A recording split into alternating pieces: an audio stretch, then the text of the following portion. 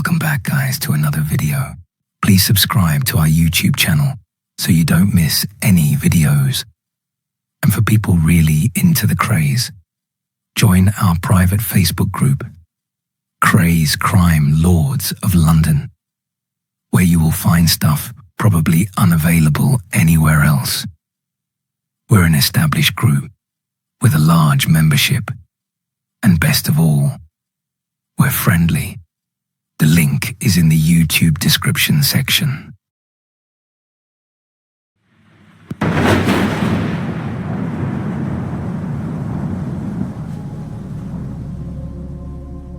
We had MPs and lords and churchmen in our pockets, but we never took advantage of the likes of MPs like Tom Dryburgh or lords like Effingham and Boothby.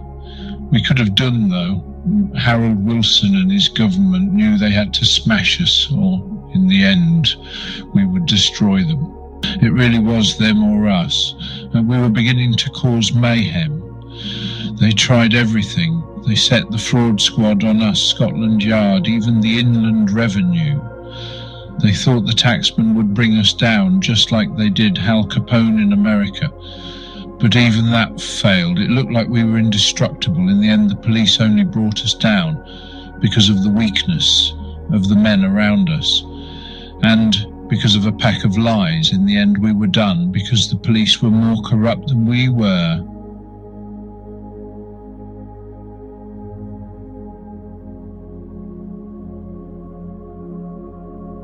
Harold Wilson must have breathed a sigh of relief when we were put away.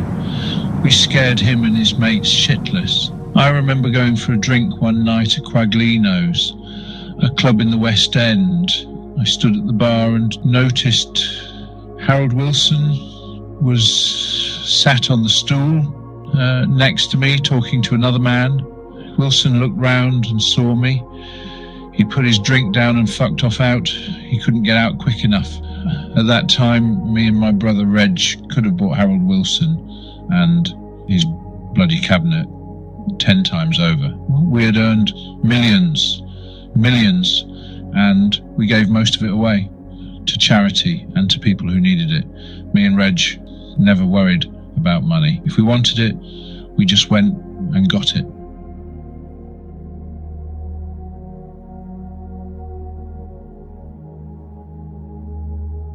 Going back to our childhood, we were poor, but we were happy. It was hard, but it was the same for everyone in the East End in those days. We were born on Tuesday, 24th October 1933, in Steeny Street in Hoxton, which is now called Shoreditch. Reggie was born at 8 in the morning, and I was born 10 minutes later. We were identical twins, except for a mole below the collar line on my neck. It was the only way you could tell us apart. We had an older brother, Charlie, who was born in 1927. We should also have had a sister. Our parents did have a daughter named Violet, after our mother, but she died when she was a baby. It would have been nice to have had a sister, but thousands of kids died in the East End in those pre-war days.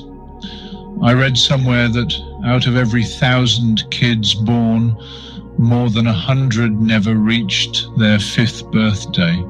Pneumonia and tuberculosis were the biggest killers, and diphtheria and malnutrition caused a lot of deaths.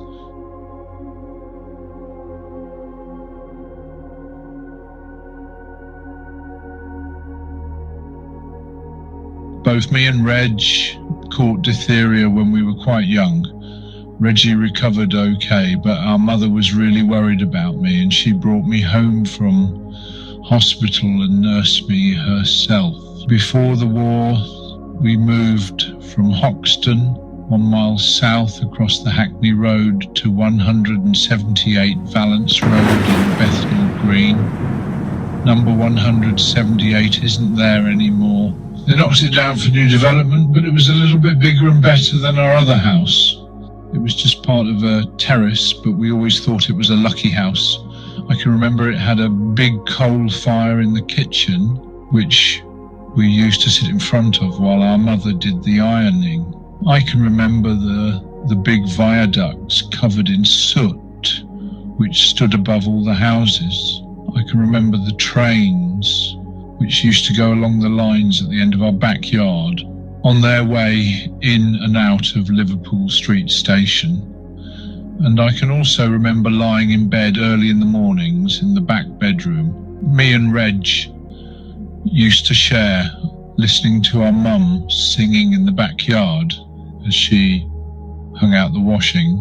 She had a lovely voice. Our mother was always happy, even though she had to struggle so hard, and times were really bad for us and the other families in the East End.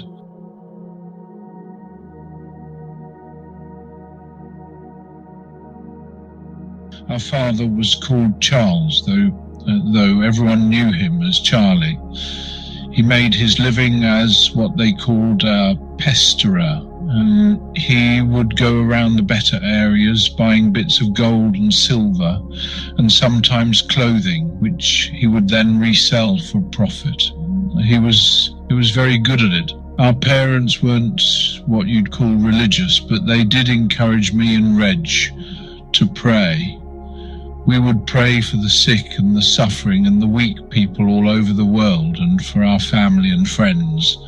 Over the years, in my time spent in prisons and institutions, I've come up against a lot of flash, big-headed, so-called hard cases who have scorned and ridiculed people who believe in prayer. I've always put this down to their own ignorance, because some of the greatest people in the history of the world have believed in the power of prayer.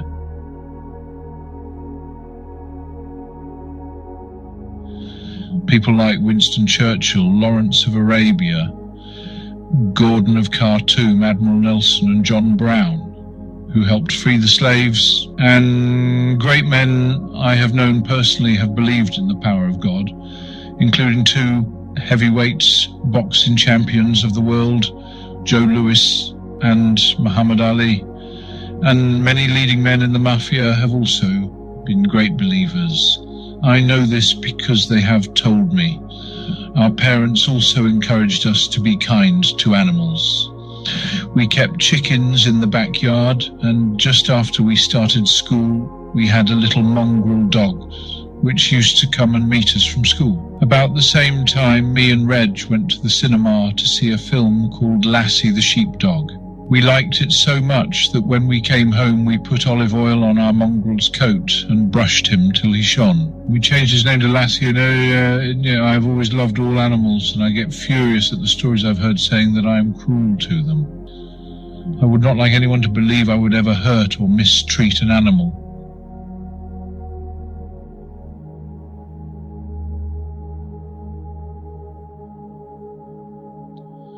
When me and Reg were young, we used to like to listen to the radio, and our favourite programmes were Dick Barton's Special Agent, Just William, and Force's Favourites. With our mother, we would also sit and listen to Mrs. Dale's Diary, which was about a doctor's family. The first school we went to was Wood Close School in Brick Lane, which was near to our home in Valence Road. There was a pub on the corner of Brick Lane, which we used to pass every day on our way to school. It was called the Carpenter's Arms, and many years later we bought this pub.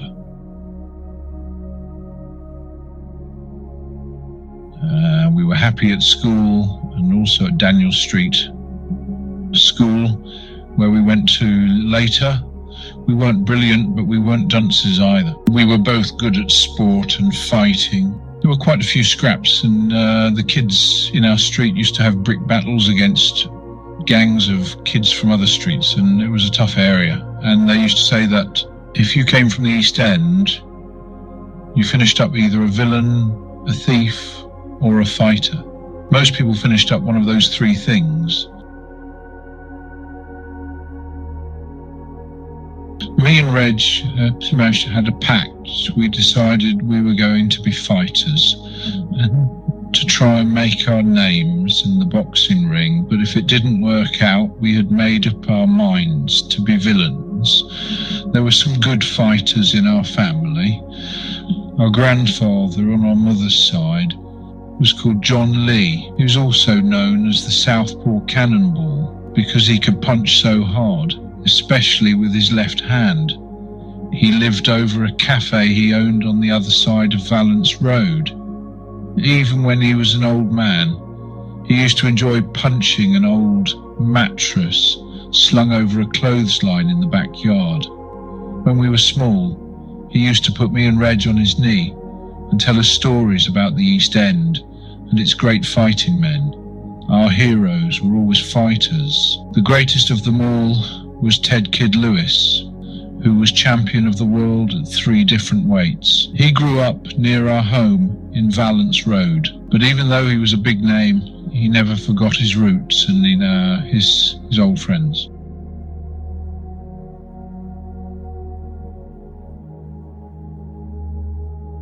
We also admired the famous local villains, men like Jimmy Spinks, Timmy Hayes, Dodger Mullins and Russell Newman. They were like legends in the East End. Our family life was based around Valence Road. Our mother's 2 sisters lived in the 2 houses next to ours. They were Auntie Rose and Auntie May. I was very fond of them both, especially my Auntie Rose. She was as tough as any man, tougher than most. But with me, she was always very gentle. My Auntie Rose knew about things. One day at school, some kids had been taking the mickey out of me because my eyebrows seemed different to theirs. Mine seemed to go straight across the bridge of my nose without a gap in the middle. I came home from school and told my Auntie Rose what had happened. I asked her why my eyebrows were like that. She said to me, "It means you were born to hang, Ronnie Love." That was one thing the film about us, the Krays, got right. But they got a lot of things wrong. They made them up. I have not been allowed to see the film in Broadmoor, but other people have told me exactly what was in it. The film was released in 1990 and it was very successful. It was a big hit, they tell me, in America. But like I say, they got many things wrong.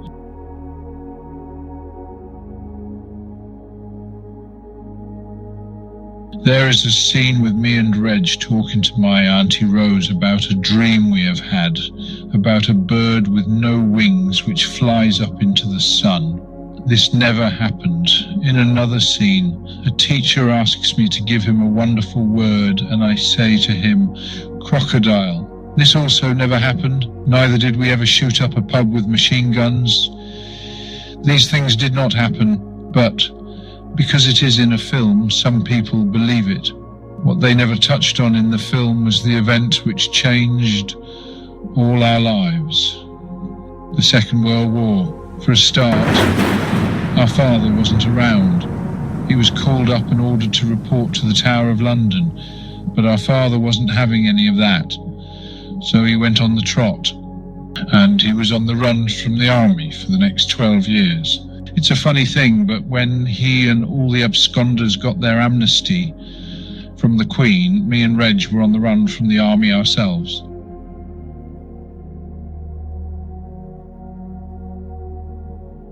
With our father away, life was very hard for our mother. A lot of the time he was away, he spent at the house of a friend of his in South London, a pickpocket called Bob Rolfe. And we would go and see him sometimes with our mother and take him clean clothes and food. And sometimes he would come home for a day or two. And before he left, he would send me and Reg down to the corner shop to make sure there were no police around. And once when he was at Valence Road, the police came. He was hiding in the coal cellar. And one of the policemen was going to open the door leading down to it. I said to him, "Our dad is not a fool. He wouldn't hide down there, would he?" And the policeman shrugged his shoulders and turned away. But the police made us hate them in those times. They were always coming round to our house, banging on the door in the early hours of the morning, waking everybody up, looking for our father. But they never found him.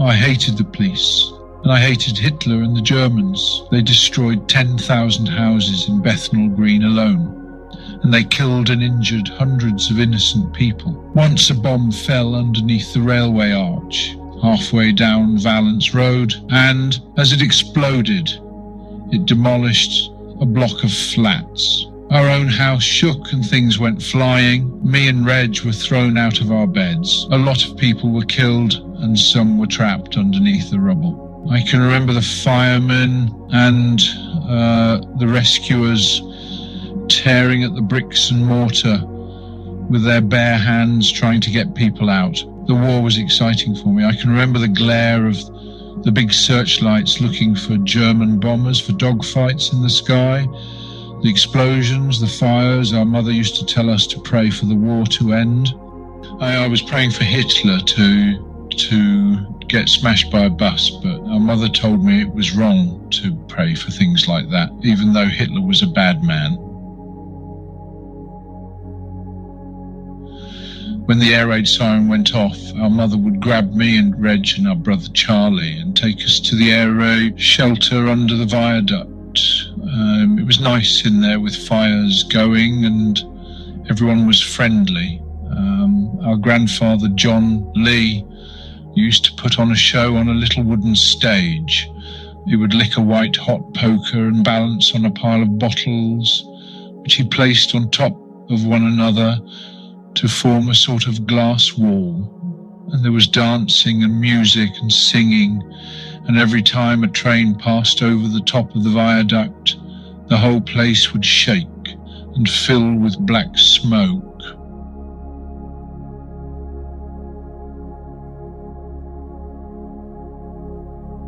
For a time, we were evacuated to a farm out in the country at Hadley in Suffolk. We loved it, me and Reg, running in the fields, breathing in the air and seeing the animals. Our mother didn't like it so much away from the East End, but me and Reg, we liked the country. When we are free again, we both want to live in the country.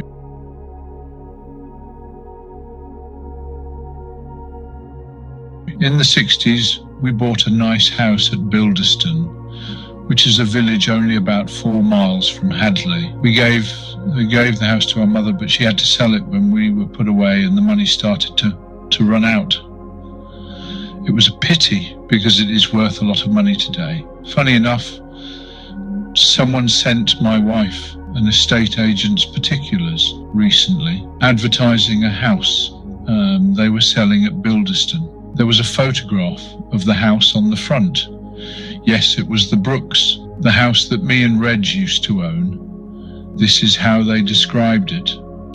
A substantial Victorian country house, enjoying a secluded village setting, 5 beds, 2 baths, full central heating, double glazing and annex cottage, stabling and storage room, pool, gardens, paddock.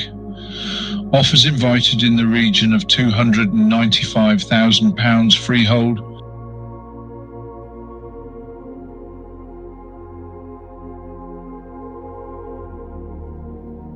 Looking at the photograph brought back some nice memories. It would have been a good place for me and Reg to retire to. We both love Suffolk. When we went back to London, we used to make some money by selling firewood. Some days we would get up very early and go out with our uncle, Joe Lee, our mother's brother, to Billingsgate Fish Market where he worked. He used to turn up outside our house at 4 a.m. with his cart pulled by Shire horses. Some days we would go on a pony and trap with a man called Harry Hopwood. Harry Hopwood was a friend of our father. He used to sit us on his knee and try and get us to drink from a bottle of brown ale. He seemed a good man, but he turned against us later. Years later, he was a prosecution witness against us, and he died an alcoholic Maybe he turned to the drink because he had bad things on his conscience.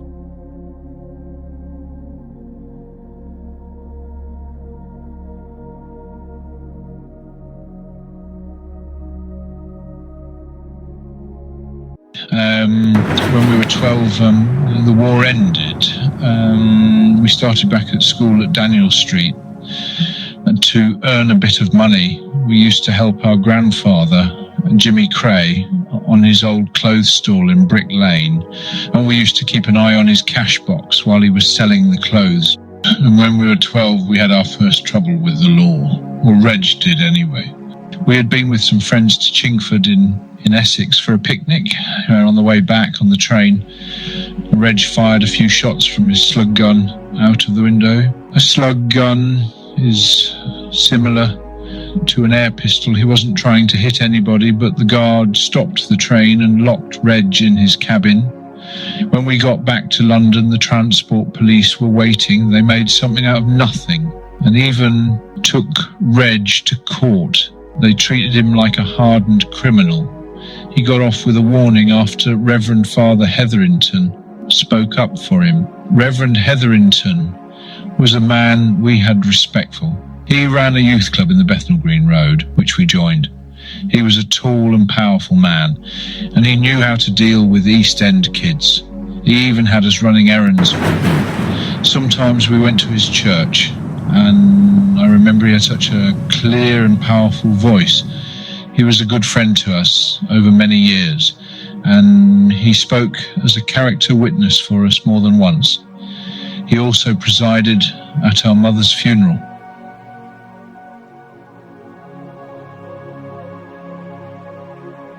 The boxing started when we were about 12. Our mother let us have a room at Valence Road, which we turned into a small gym, and our older brother Charlie started to teach us some boxing techniques. Charlie was in the Navy by now, and he was quite a good boxer. He let us have a Navy kit bag, which we stuffed full of rags and old clothes and used as a punch ball. It was suspended from the ceiling by a hook and held down by a meat hook in the floorboards. One night, our father crept into the room after he'd had a few drinks, and the meat hook went straight through his foot. He was in agony, but we all had a good laugh.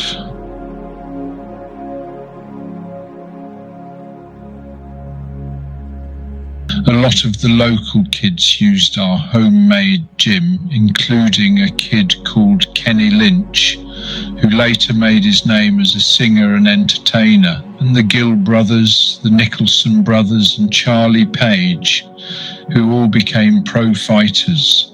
Most people know the story of how me and Reg sort of made our professional debut. A travelling fair came to Bethnal Green in Turin Street. The big attraction for us was the Alf Stewart boxing booth, where £1 was offered to any man who could go 3 rounds with one of the fighters on the booth. It wasn't easy because the fighters they had, Buster and Steve Osborne, Les Haycox and Slasher Warner, could all handle themselves.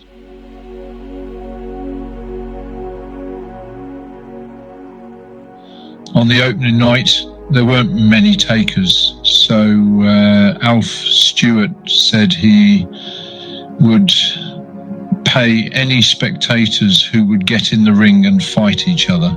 Me and Reg shouted out that we would fight, and we did. We had a good scrap for 3 rounds. Reg's face was bruised and my nose was bleeding, but the crowd enjoyed it. And Alf Stewart gave us 7 shillings and 6pence, about 35 pence in today's currency, which was a lot of money then.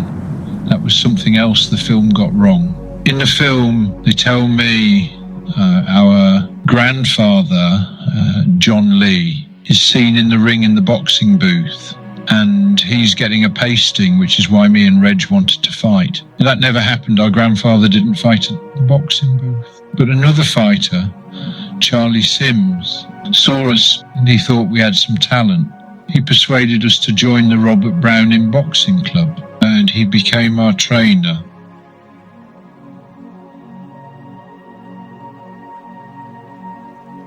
By the time we were 15, in 1948, Reggie won the London Schoolboys Championship, was a Great Britain Schoolboys Championship finalist, South East Divisional Youth Club champion and London ATC champion.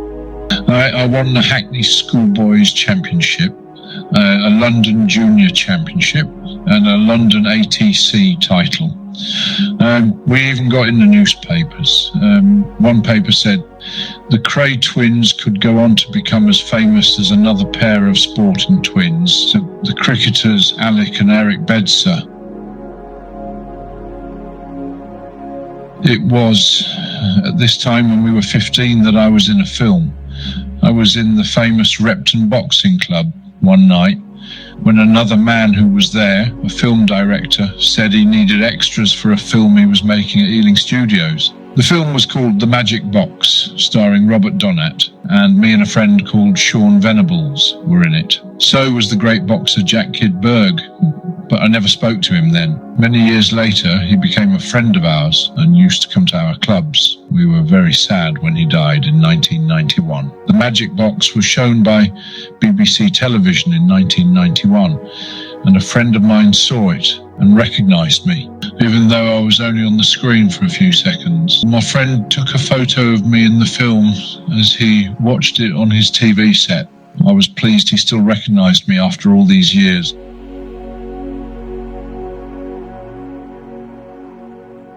By the time we were 16, me and Reg had our own gang.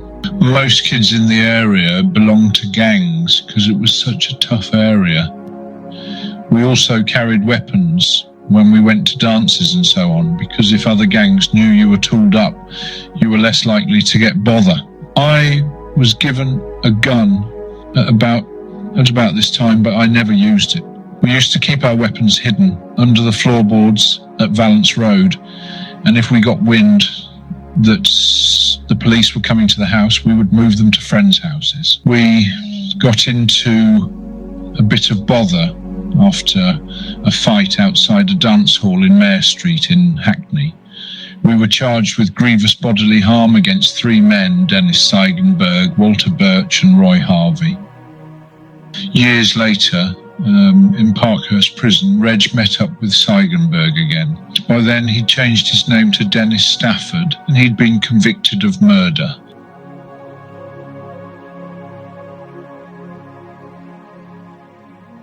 We were sent to the number 1 court at the Old Bailey in front of Judge McClure. The Reverend Hetherington spoke for us and we were acquitted through lack of evidence. At the end of the trial, the judge said to us, "Don't go around thinking you are the Sabini brothers." The Sabinis were well-known gangsters at the time, and later they became friends when one of the brothers, Johnny Sabini, used to visit me in Broadmoor. Our good relationship with the Reverend Hetherington carried on through the years. He was a fine man, and he gave us a lot of good advice. I remember he once told me that he never once saw an instance of a person who was dying who failed to turn to God. I had proof of this with my own Uncle Albert, my Auntie May's husband, who was one of the kindest, gentlest men I ever met. He too turned to God, and his last words to my auntie before he died were, "I am not a wicked man, am I, May?" Father Hetherington used to say to me, "You don't have to go to church, but you must believe in the Creator. You must find time to think about him." I think that is why many people in prisons and hospitals like Broadmoor turn to God. They have the time to think, to analyse their lives. I know because it's happened to me. We had no more trouble with the police for another year. 1950, when we were 17, we were still doing our boxing and doing well. And we did some work, mainly in the markets. Shifting boxes around gave us a bit of money and helped to build our muscles. When the next trouble with the police came, it wasn't really our fault.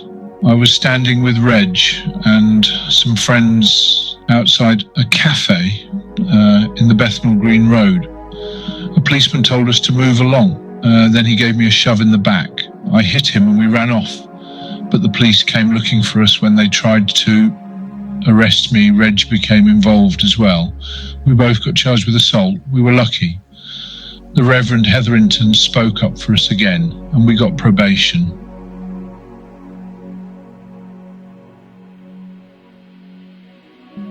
A few months later, we both turned professional as boxers. We weighed an identical 9 stones, 9 pounds. We were lightweights, and we both did well. We won our first fights at the Mile End Arena. Reg beat Bob Manito from Clapham, and I knocked out Bernie Long from Romford. In all, Reg had 7 fights as a pro, and he won them all. I had 6 fights, won 4, and lost 2. Our older brother Charlie turned pro too, and he did well, winning 21 out of 25 fights. They used to call him Evergreen Charlie Kray, and he was a stylish fighter, and I've only ever seen him lose his temper once, and that was when he knocked out a fellow called Jimmy Cornell in the first club we owned called the Double R. Jimmy Cornell had a brother called George. I had to kill him later.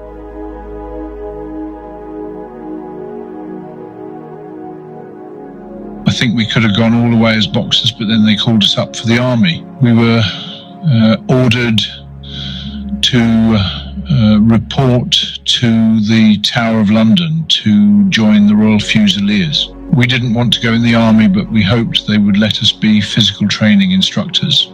They didn't, of course. The next 2 years were a waste of time. We spent them either escaping or locked up in the guardhouse. Once, when we were in the guard room at the tower, our father came to see us. He was still on the trot himself, so he had to come in disguise. Nobody recognised him. And I have some happy memories of my father. He was a good man when he wasn't in drink. Once, when I was a boy, he was going off to the bookmakers, and he said to me, "Go on, Ron, choose a horse and I'll put a quid on it." I looked at the runners in his newspaper, and I picked a horse called Gay Donald. It won at 33 to 1, so I'd won £33, which was a lot of money in them days. Once, when we were on the run, we borrowed a car and drove to Southend for the weekend with a friend of ours. We sent the commanding officer at the tower a postcard saying, "Wish you were here from Reg and Ron Kray." He had a sense of humour, and he pinned the card to his office wall. Another time, when we were on the run, the police arrested us and put us on an identification parade. They said they suspected us of attacking a man with a truncheon and stabbing him with a knife. We were not picked out on the parade, so the police handed us back to the army. Another time, we were in a cafe in the Mile End Road when a policeman began to get aggressive. So I hit him, and Reg got involved as well. We were sent before Thames magistrates, and they gave us a month's jail for assaulting a policeman, and we were sent to Wormwood Scrubs at the end of that month on Good Friday 1953 when we were 19. They decided to send us to the army barracks at Canterbury in Kent to be court-martialed. We went down there by train, handcuffed to military policemen. When we got to Canterbury Barracks, we overpowered the guards and escaped. It was easy. We were arrested 24 hours later at Eltham in the suburbs of South London. They took us back to Canterbury, where we were later court-martialed and sent to the glass house at Shepton Mallet in the West Country. That's the place where they shot some of the film The Dirty Dozen. It was very hard there.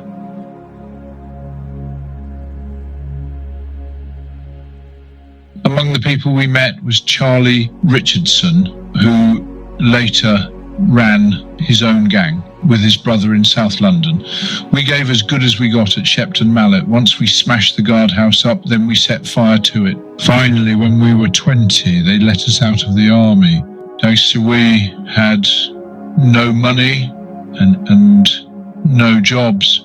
Because of our records, we had no real chance now of making it in boxing, but we still had the pact we had made when we were young. If we couldn't make it as fighters, then we'd make it as villains. The first thing me and Reg did when they slung us out of the army was to go and see a friend of ours called Billy Jones. They called Billy the Fox, and he and a fella called Bobby Ramsey ran a club called Stragglers in Cambridge Circus in the West End. Billy said he'd give us a few quid to tide us over, and we'd do odd jobs in return. A bit of bouncing, that sort of thing. It was fine for a while, just while we sorted ourselves out, and we were grateful to Billy. He stayed a good friend of ours, and we were sorry when he died recently.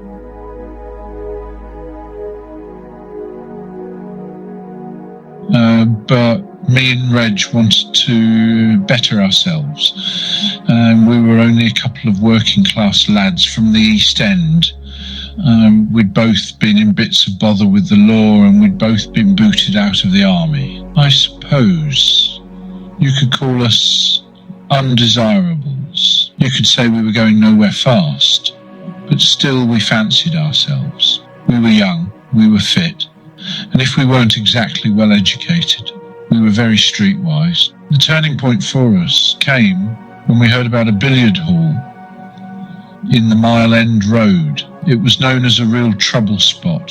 There were a lot of fights there, and the place was always getting smashed up.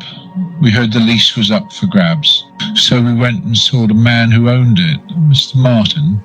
He said to us, no one's been able to handle this place. What makes you two think you can do different? I said to him, if you let us have this place, if any fighting starts, we'll stop it. There'll be no more trouble and you'll get your money every week. He said, right, he'd try it.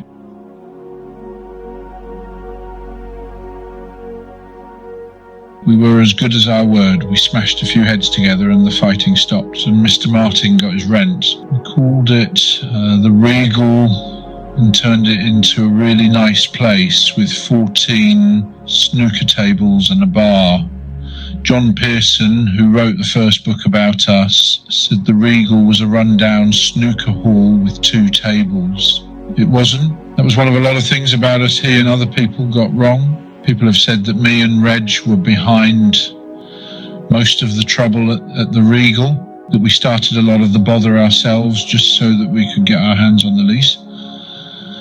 They even said that the fella who had the lease before us used to keep an Alsatian behind the bar to frighten off troublemakers, and that we used to chuck fireworks over the bar to drive the dog mad. None of it is true. We got the lease because Mr. Martin could see that we were just about the only fellas who could deal with all the trouble at his club. It was as simple as that.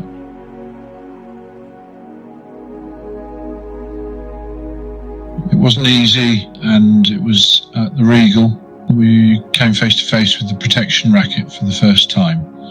Protection was rife in London at the time, and I expect it still is in towns and cities everywhere. The Chinese communities do it a lot. All it is, a gang will threaten to damage a property or a business unless the owner agrees to pay them money not to. Then, once the owner is paying money to the gang will make sure no other villains try to put any financial pressures on him. If they do, they will be sorted out. The club or business will be protected. Most people pay up to avoid trouble. I was serving drinks behind the bar one afternoon when a Maltese gang walked in. One of them came up to the bar, asked me if I was running the club, and said he wanted to talk about business. I asked him what he wanted. He said in future he'd be coming in every week to collect protection money. If we didn't pay it, he said the club could have a bit of trouble. And what sort of trouble, I asked. Oh, you know, a few smashed windows, maybe a petrol bomb, a fire, a few of the cloths on the tables ripped, a big fight, that sort of thing. I picked up a bayonet we kept behind the bar. I threw him across one of the billiard tables and I stuck that bayonet straight through his hand, pinned him to the table. It was him that needed protection then.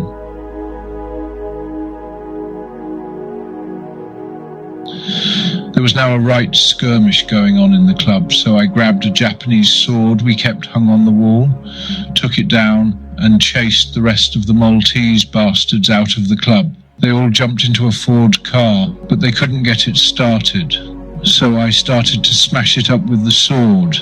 I smashed up the roof and the bonnet and the windscreen. In the end, they were lucky. They managed to get the motor started and drive away. They were lucky because if they hadn't, I would have smashed them up as well. After that, we never had no more trouble with protection gangs. But like I always say, in our business, you have to meet fire with fire. We were like soldiers of the streets, defending our territory against the enemy. And that's all we ever did when it came to violence. We only ever fought with our own kind.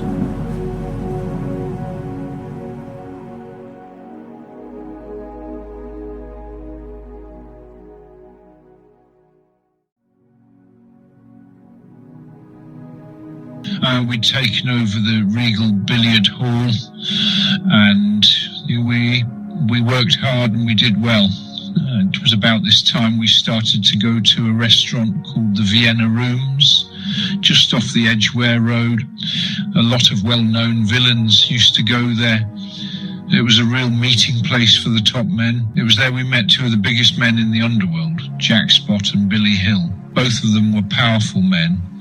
Jack Spot's real name was Jack Comer, but he was called Spot because he was always on the spot whenever a big crime was committed. He was from Aldgate.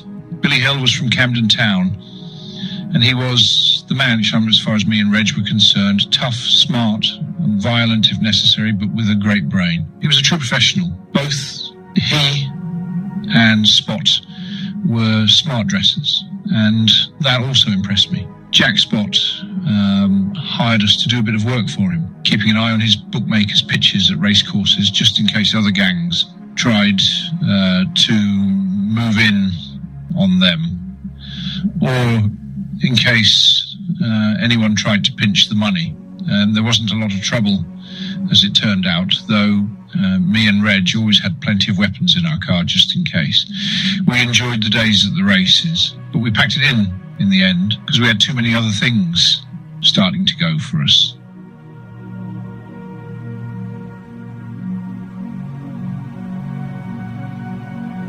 The Regal was still doing well, but we had one or two other projects on the side. We could supply dockers' tickets, documents, which would enable a man to work as a docker, earning big money for just a few hours' work.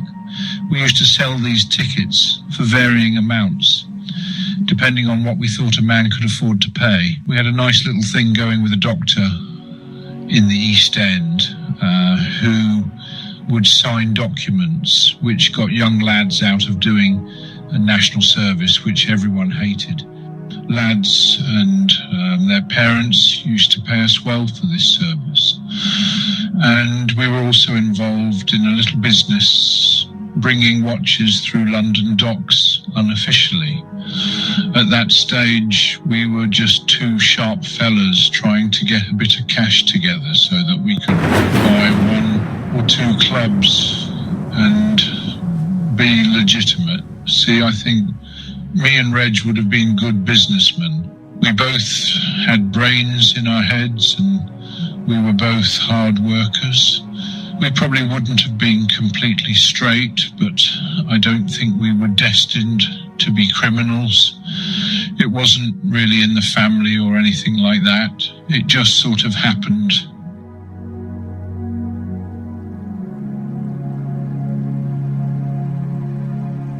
We still like to scrap, of course we did, and we sometimes used to get into little battles. We did it for fun, really.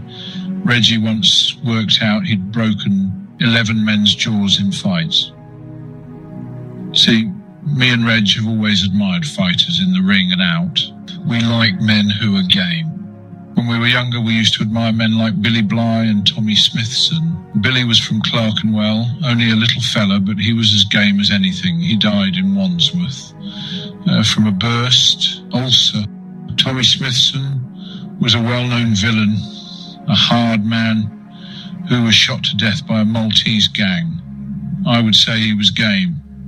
I would say that the gamest men I've known would be Freddie Foreman, who did time with us, Jimmy Nash, and Frankie Fraser, who used to be with the Richardson gang. These are the sort of men we've always admired.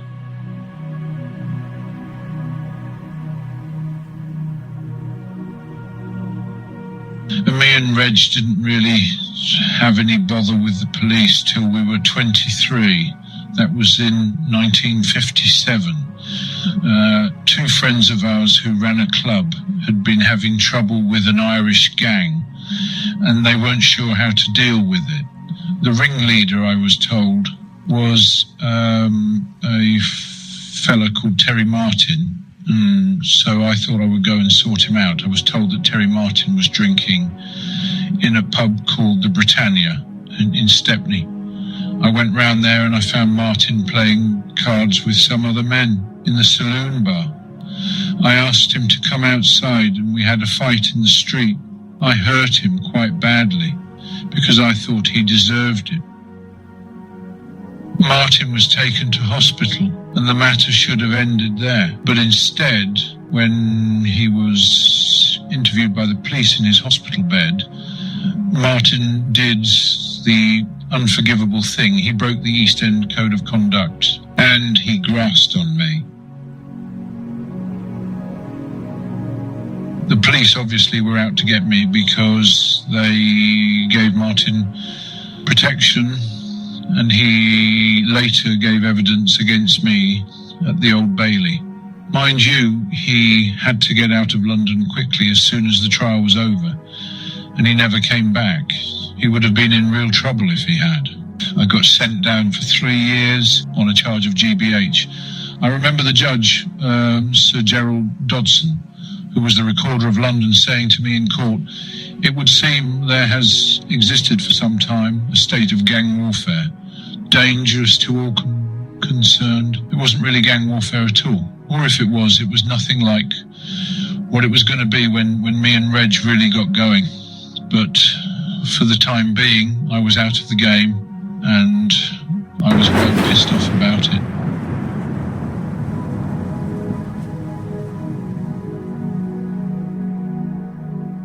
They sent me to Wandsworth, and I was doing all right there. I was coping okay, until that bastard warder told me that my Auntie Rose had died.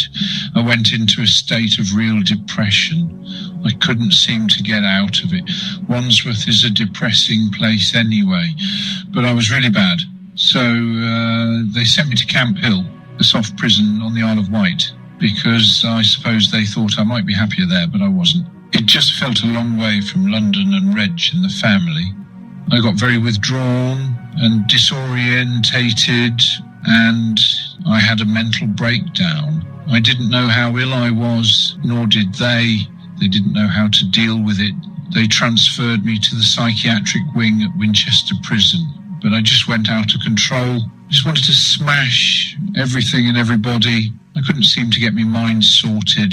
They certified me insane in February 1958. It was a bad time, a frightening experience once they even put me in a straitjacket.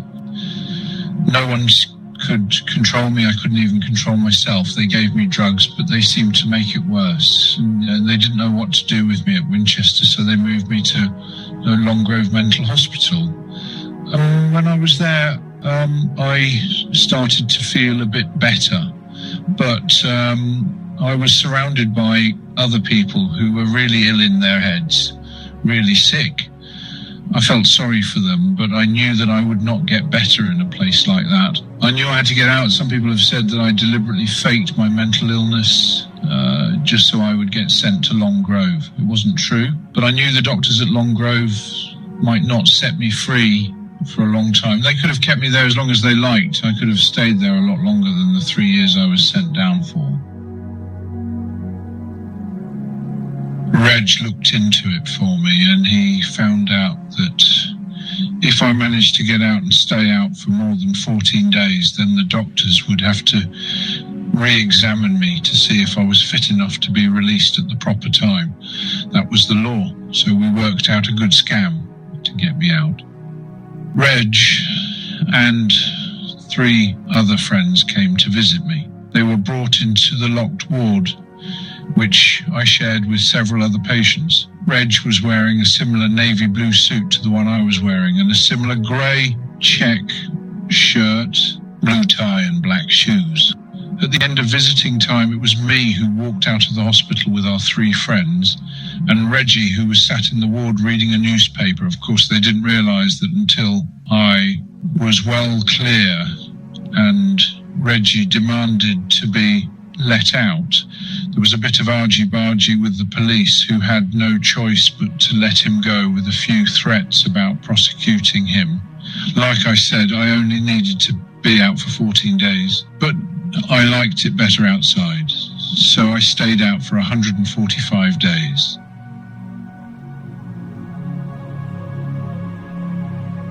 I lived most of the time in Suffolk, in a caravan on a farm owned by a friend of ours, but sometimes I came back to London. A few times I even slept in my own bed in Valence Road. The police eventually found me there, took me back to Long Grove, where the doctors re-examined me and said I was a lot better. I stayed there for a bit more observation. Then they moved me back to Wandsworth and eventually released me in the spring of 1959.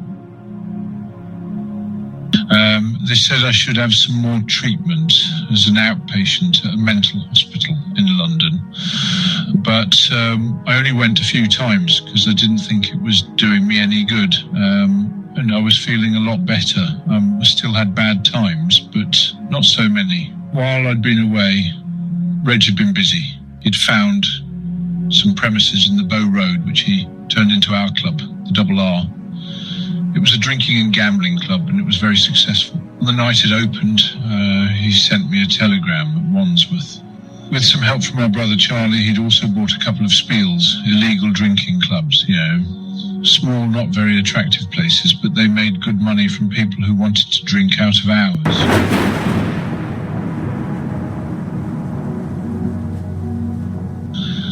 Over the years, we owned about 34 different clubs and spiels, but I think I liked the Double R best of all.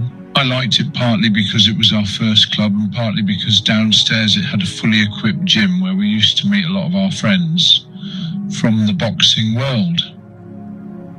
Henry Cooper, one of the greatest heavyweights this country has ever produced, did the opening ceremony for us. We knew all the big names of boxing, including Billy Walker, another famous heavyweight fighter. Me and Reg also really liked the Kentucky Club in the Mile End Road in Stepney, which we opened in 1963. It was a really plush place with lots of red velvet and big mirrors.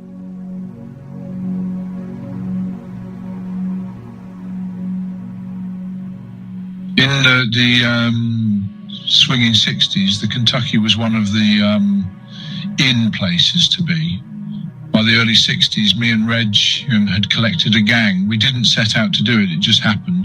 The fellas used to hang around with us and they just sort of stayed. We became known as the Firm. I never really liked us being called that. I always thought it was a name that could backfire on us one day. Why?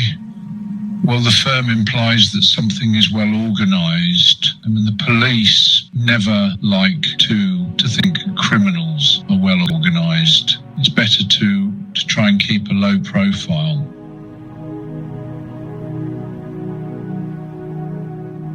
During our trial at the Old Bailey in 1969, the prosecution lawyers kept using the word firm, and one of them asked me, "Is it right that you and your gang are known as the firm?" I took out a small dictionary I always kept in my pocket, found there was the right page, and said to him, the word firm means commercial enterprise.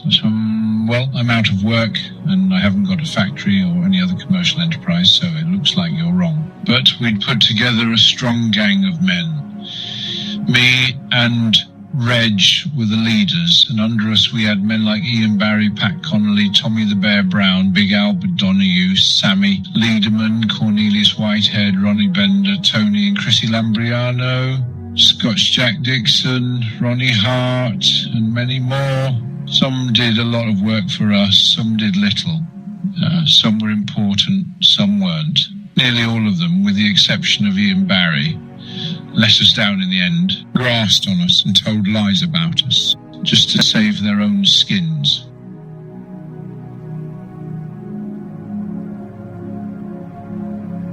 Apart from the clubs, we had plenty of other things going. One of the best earners was a little scam called the Long Firm Fraud. How it worked was so simple. We'd rent a warehouse in a phony name and set up a phony company in the names of other people.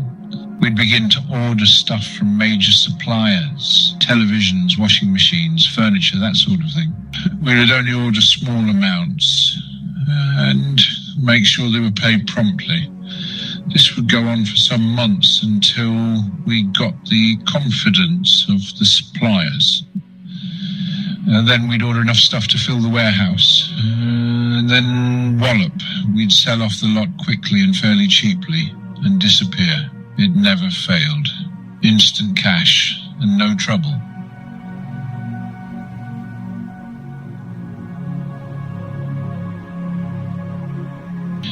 Mind you, if there ever was any trouble, we were well equipped to deal with it. We had gradually got together a real arsenal of weapons, which we kept in various safe places. The thing that made us different from most gangs in London in those days was that we weren't afraid to use them. I've shot several people over the years. The first person I shot was an ex-boxer called Shorty, who was trying to put the squeeze for protection money on a friend of ours who owned a garage.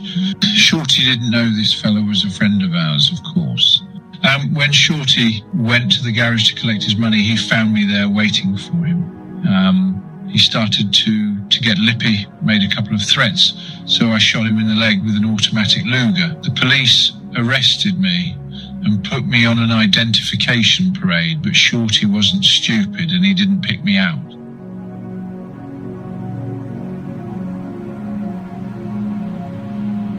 Another time, a fella called George Dixon upset me in a club and I tried to kill him. I took out my Luger, aimed it at his head and pulled the trigger. And Dixon was lucky because the gun jammed. He ran out of the club fucking quickly. It must have been 1,000,000 against the gun jamming. Later, I made friends with Dixon and gave him the bullet. I thought it would be a good reminder to him to be careful about who he upset.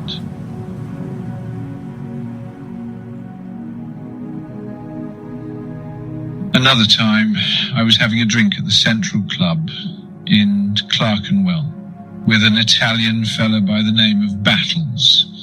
This club was a meeting place for all the Italians in London at the time.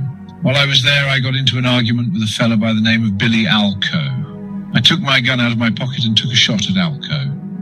Luckily, I missed him, and I'm pleased now I did, because he has become a good friend over the years and has come to see me at Broadmoor. People used to ask me why I was so unpredictable, so volatile. I didn't know then, but I think now it was my mental illness, my paranoia. I just couldn't stop myself from hurting people, especially if I thought they were slighting me or plotting against me. Also, I liked the feeling of guns. Usually, though, I was happier with my fists or a knife. I had a lot of scraps with people and I cut quite a few people with my knife, but we didn't set out to make people frightened of us. We like to think we got things out of people because they respected us, not because they feared us.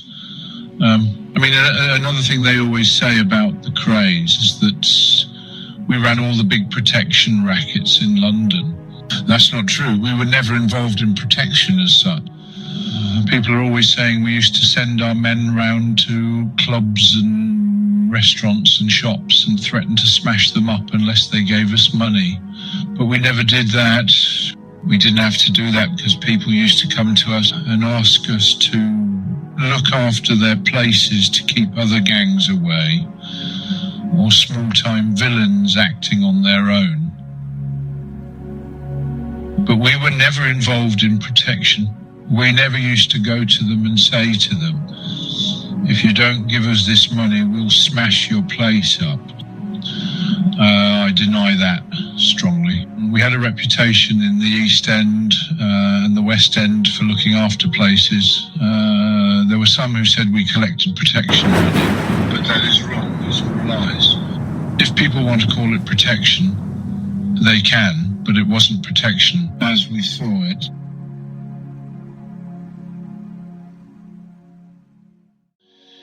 People talk of illegal protection rackets, but if the people we helped wanted to give us gifts, that was up to them.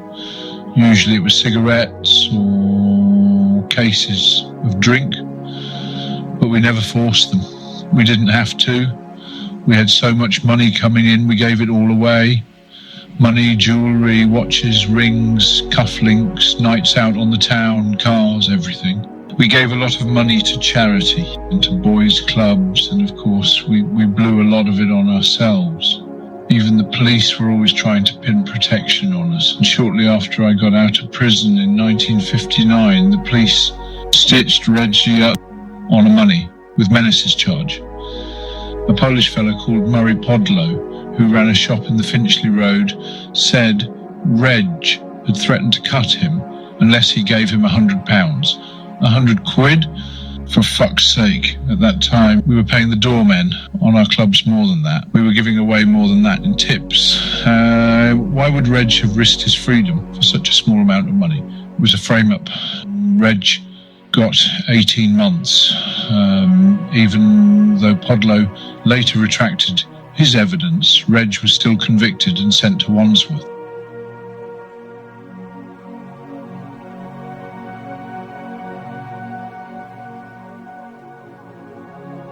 But really, the early 60s were a good time for us. Business was booming. We opened up more clubs, like the Green Dragon and Dodgers in Whitechapel. We had several Spieler clubs doing good business, and we had pubs, including the Carpenter's Arms near Mile End Underground Station. We did that place up nicely with red striped Regency wallpaper and plush red velvet seats. That was one of our favourite places. Me and Reg would go there often on nights out, get out our contact books and ring around all our friends. They would come around and we would have some great boozy nights that finally ended up in the West End in the early hours of the next day.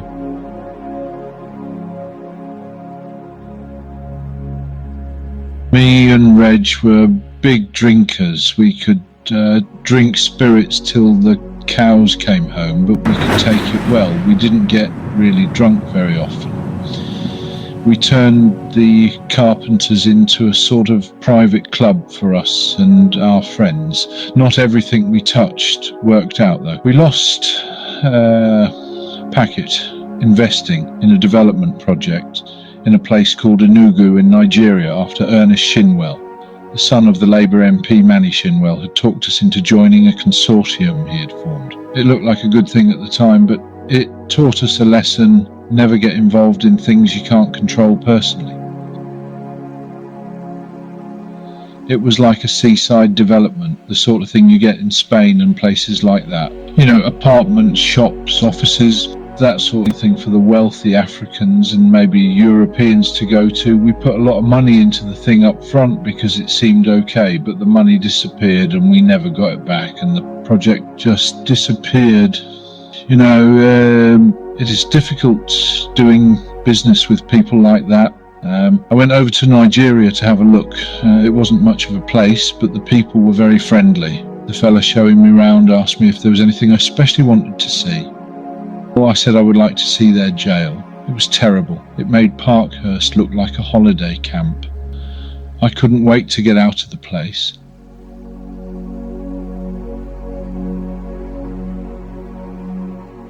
We lost money with Shinwell. We also lost money when we got involved with Lord Effingham, though in both cases it wasn't their fault. We used Lord Effingham, alias Mowbray Henry Gordon, 6th Earl of Effingham, Lord Howard of Effingham, as our sort of front man in our first move into the West End.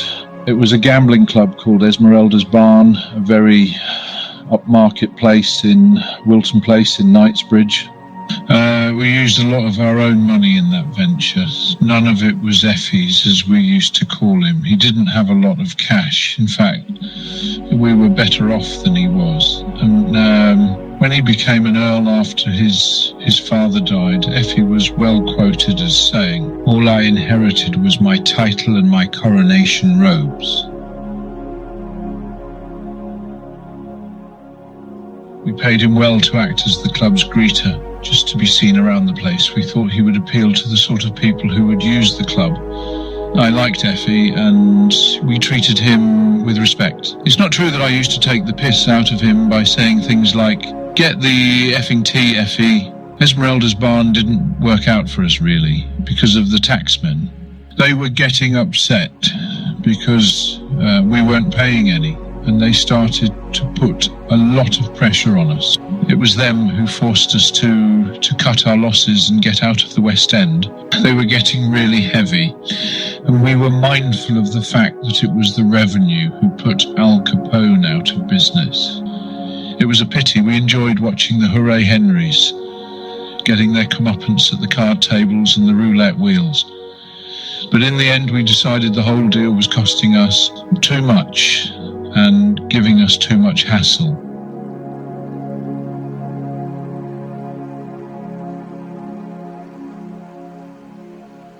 Sexually too, the 60s was a good time. It was a time of real freedom.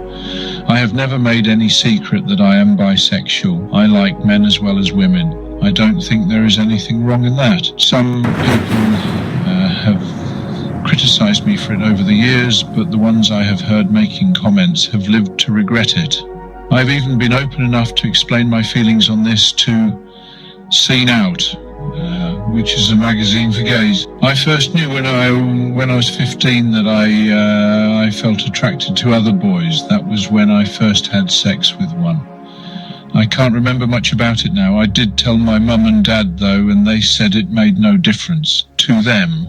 My first real love was a young Jewish boy called Willie, who lived over the road from us.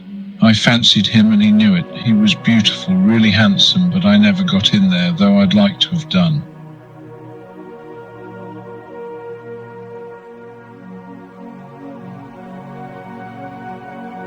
I was in love with two boys when I was at Parkhurst Prison, Peter and Lou. I had a tattoo done with Pete's name on it. When I was younger in London, I had lots of relationships. I didn't go to gay bars, though, or places like that. In any case, there weren't many of them then. I enjoyed going to parties instead. London in the 60s was good, lots of nice, beautiful boys. The boys in Tangiers were also particularly beautiful. I've mixed with people from all walks of life, and I have told them about my sexuality. If they don't like it, that's tough on them. If they are phony friends, they won't want to know. Some people didn't like it, but I took no notice. If you hide it, it makes you feel bad. It makes you ill. A young guy from Germany wrote to me about his sexuality and asked me how he should adapt and what his friends would think. I told him not to worry about his friends. If they are true friends, it will make no difference. If they're not, well, he doesn't need them anyway. Many great men have been either homosexual or bisexual. Gordon of Khartoum, Lawrence of Arabia, people in all walks of life are gay. Boxers, sportsmen, politicians, actors, artists, some of the most talented people in the world.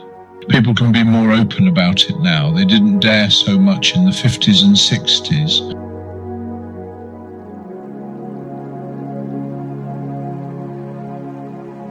I have slept with a lot of men, both famous and not famous, but I would never name any of them. Of course, in prisons and special hospitals like Broadmoor, there is a lot of homosexual things going on. These days you have to be careful because of AIDS, but before I married Kate, I got them to test me for HIV because I thought it was only fair to her. I am pleased to say the test was negative.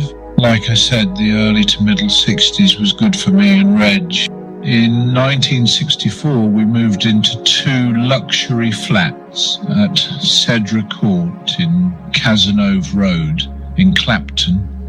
We did them up nicely. Mine had a big tank full of tropical fish in the lounge, and I slept in a 4-poster bed. Our clothes came from Woods in East London, and we always wore the most expensive suits, shirts and shoes that you could buy. We both drove Mercedes cars and we ate and drank like lords. But as I've said, we also gave a lot of money away. I'm not boasting about it, it's just a fact. We always knew the police were watching us, trying to spot what we were up to, and we got into a bit of bother in 1965.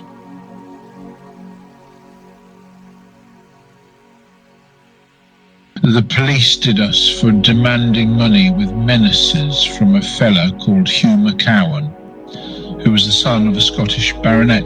McCowan ran a club called The Hideaway in Gerrard Street, and he claimed we had demanded protection money from him. He said we had threatened to hurt him and damage his club if he didn't pay us. The truth was he owed us money and we were trying to get it back. They also did me for possession of a knife.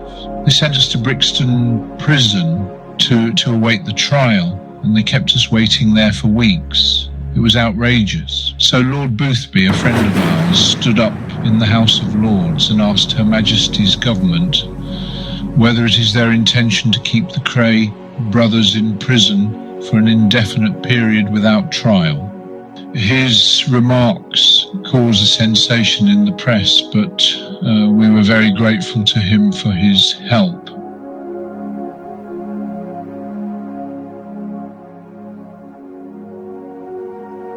Lord Boothby was a friend, nothing more than that. We met him socially and there was nothing sexual between him and me. Soon after his comments we were released, and on the 15th of April 1965 we were cleared of all charges. We went straight home to Valence Road and had one of the biggest parties the East End has ever seen. 25 days later, we got our revenge. Through a third party, we bought The Hideaway off McCowan and changed its name to the El Morocco. He was upset when he found out, but we thought it served him and the police right for trying to stitch us up. By this time, everybody knew about the Krays. We were getting more publicity than the Beatles. After we were cleared, we had many letters and telegrams, including one from Judy Garland. The police wouldn't let it rest though, and they even claimed the jury in the McCowan trial had been got at by us. Was it true? No, but I agree with Reg, who spoke about this in his book Born Fighter. If a man finds himself in the dock when totally innocent and discovers the evidence, was being used against him by the police and realizes that the only way out is for him to corrupt a jury, what would he do? Would he do so through friends, or would he just sit there and suffer the consequences of a long jail sentence passed on him because of fabricated evidence?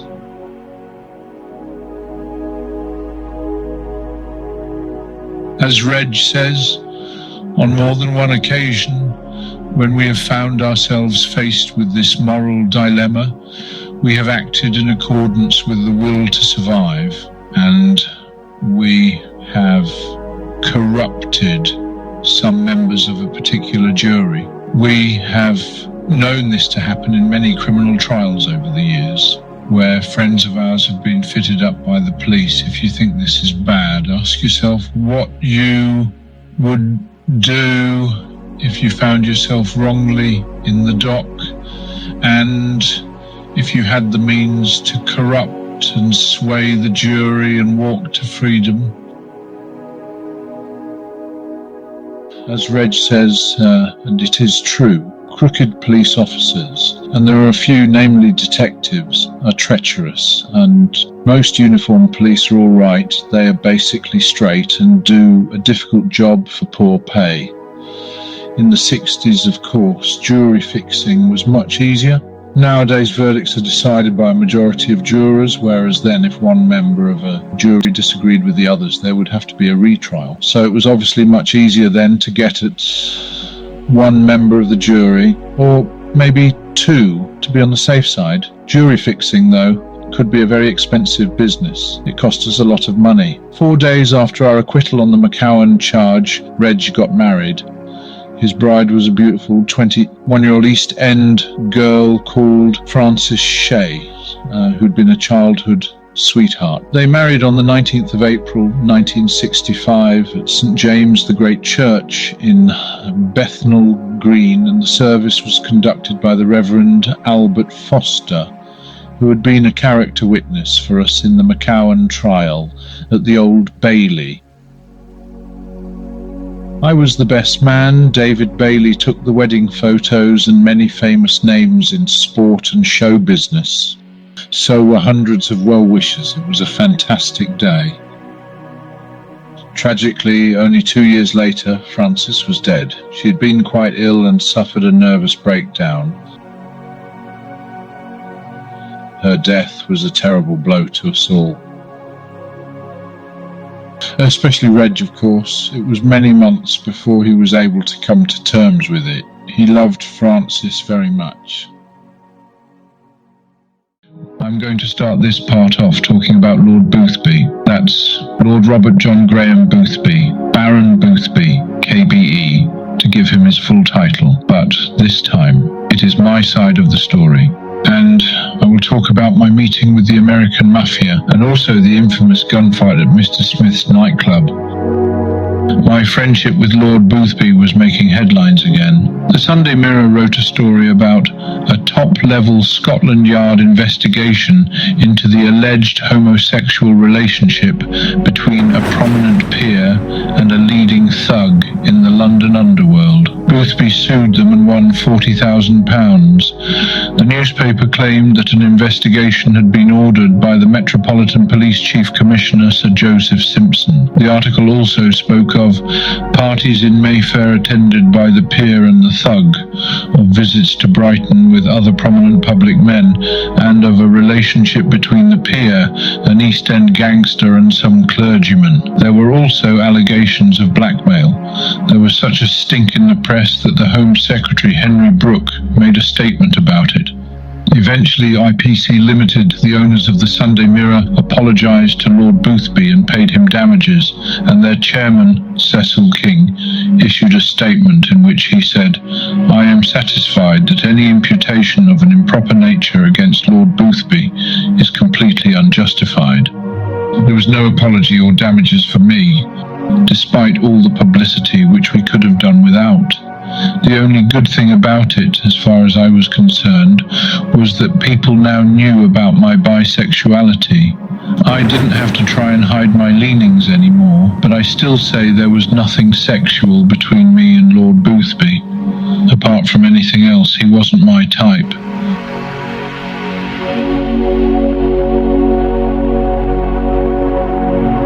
After all that, things weren't going too bad for me and Reg until one night in March 1966, and a tragedy which had nothing to do with us. Up until that time, we'd sort of shared control of London's underworld with the Richardson gang south of the river. Charlie Richardson and his brother Eddie controlled South London. They were scrap metal dealers who had other interests on the side. Their two top men were Frankie Fraser, who was known as Mad Frankie, and George Cornell. The Richardson gang was respected by some people and feared by others. We got on with them okay until Cornell started to mix it, stirring up trouble between us. No one liked George Cornell. He was a troublemaker and a drunk, and he liked to hurt people, especially people who couldn't defend themselves. He liked to torture old tramps and people like that. He was a bully and enjoyed cruelty and pain. The Richardsons and Frankie Fraser eventually carried the can for much of what he did. We got on okay with Frankie Fraser, and he later became a very good friend to us. But on this night in 1966, the Richardson gang went to a club called Mr. Smith's at Rushy Green on the main road from London to Eastbourne at Catford. Later it was said that they expected to find us there as well, but we knew nothing about it. We did know the club though. It was a drinking club, a nice place. But one member of our firm was there, a close friend of ours called Richard Hart, a nice fella, about 30, who had a lovely wife and young kids. A big fight started in the club, and Richard Hart was shot to death. Everyone knew it was Cornell who shot him. Cornell had only gone there because he wanted a fight, but he was the one who got away. The others didn't. There was a big police hunt and a long trial, and at the end of it, Charlie Richardson got 25 years on various charges. Eddie Richardson got 15 years, and Frankie Fraser got 10 years. The papers called it the torture trial because a lot of evidence was given by men who claimed they'd been tortured by the gang. Two other members of the gang, Roy Hall and Thomas Clark, also went down. I don't know about the Richardsons being involved in torture trials and things like that, but I know that Cornell did that sort of thing. Charlie Richardson called me and Reg mugs in his book published in 1991, but if we were mugs, what does that make him? We kept going a lot longer than he did, and we would have been okay if we hadn't made a couple of mistakes. The problem with the Richardson business and all the publicity was that it put even more police pressure on us, and of course Cornell was still free. He was always going to be a problem for us, but me and Reg weren't thinking about that too much at the time. We were in the process of trying to set up some links with the mafia in America. We were always looking to the future, and we thought that was the way to go. But getting into America was difficult because of our criminal records. They were a bit choosy about who they let in. Then I met an American fella by the name of Peter Wyand. He was known as a wheeler dealer, a Mr. Fix-It, and he seemed to have plenty of contacts. He said to me one day, "I hear you can't get a visa to go to the States. Well, I can get you there." It was going to cost, of course. He took me to the American Embassy in Paris, and he seemed to know people there. He had a long talk with a woman, and eventually she said to me, "I know you have got convictions, but you will be allowed to go to America for a few days on holiday. Everything will be fixed," and it was.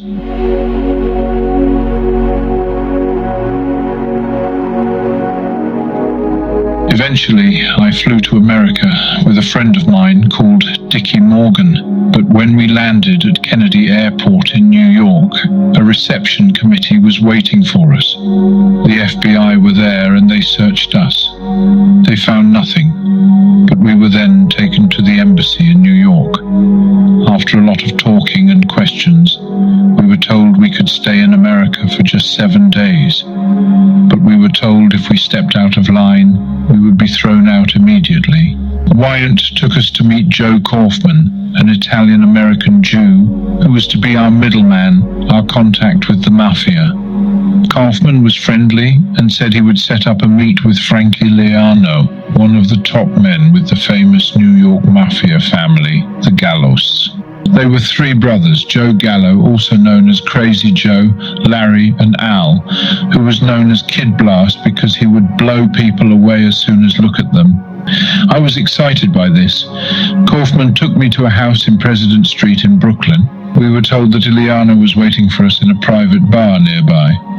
When we finally met, Frankie Leano told me to sit down. But while I was sitting down, his brother Armando, who was a tiny man known as the Dwarf, stood behind me with a weapon in his hand. I thought of the old saying, "Mark well the man whom God has marked."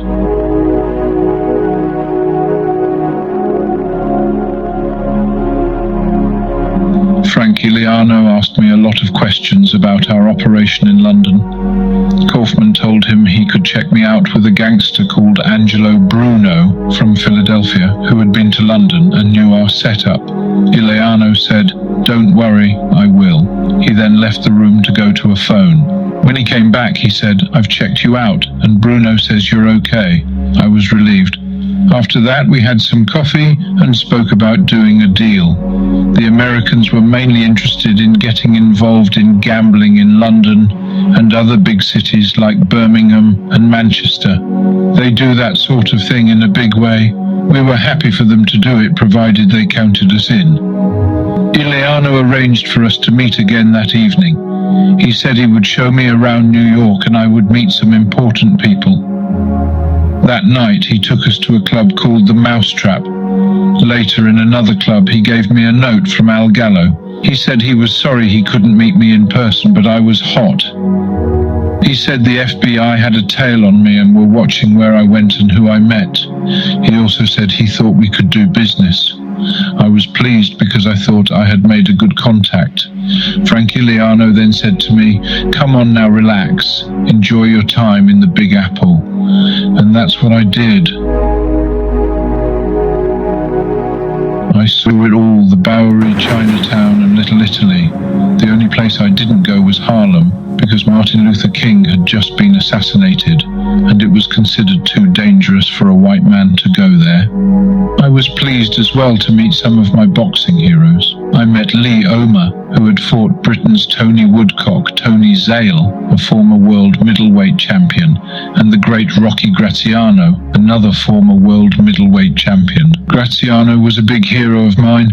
I was surprised to discover that he was a chain smoker and drank a lot of scotch. He was a very nice fella though, and I spent a very pleasant evening with him in a steak bar called Gallagher's. The week passed quickly. I had a good time and I felt it had been useful for the future. In the end, we never got things going with the Americans like we wanted because of our own problems with the law, but we did do some business with them.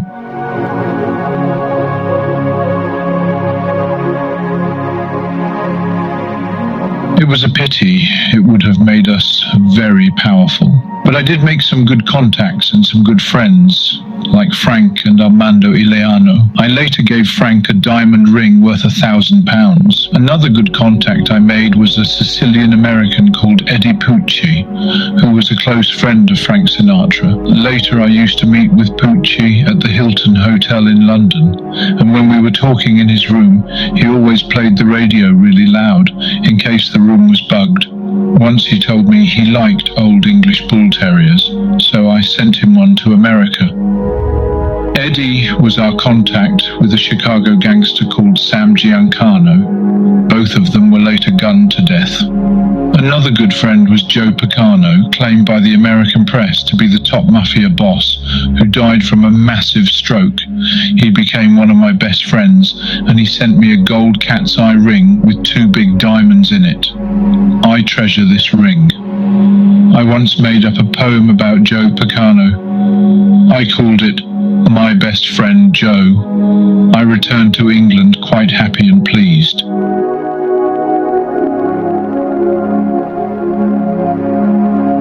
Soon after I got back, some of our American friends put our loyalty to the test. They asked us if we would help Joe Louis, the great American boxer who had fallen on hard times. Joe wanted to come to England for a holiday. We fixed it up and gave him a great time. I rang some good friends of ours, the Levy brothers, who ran the Dolce Vita nightclub in Newcastle, and they agreed to pay Joe £1,000 to appear at their club.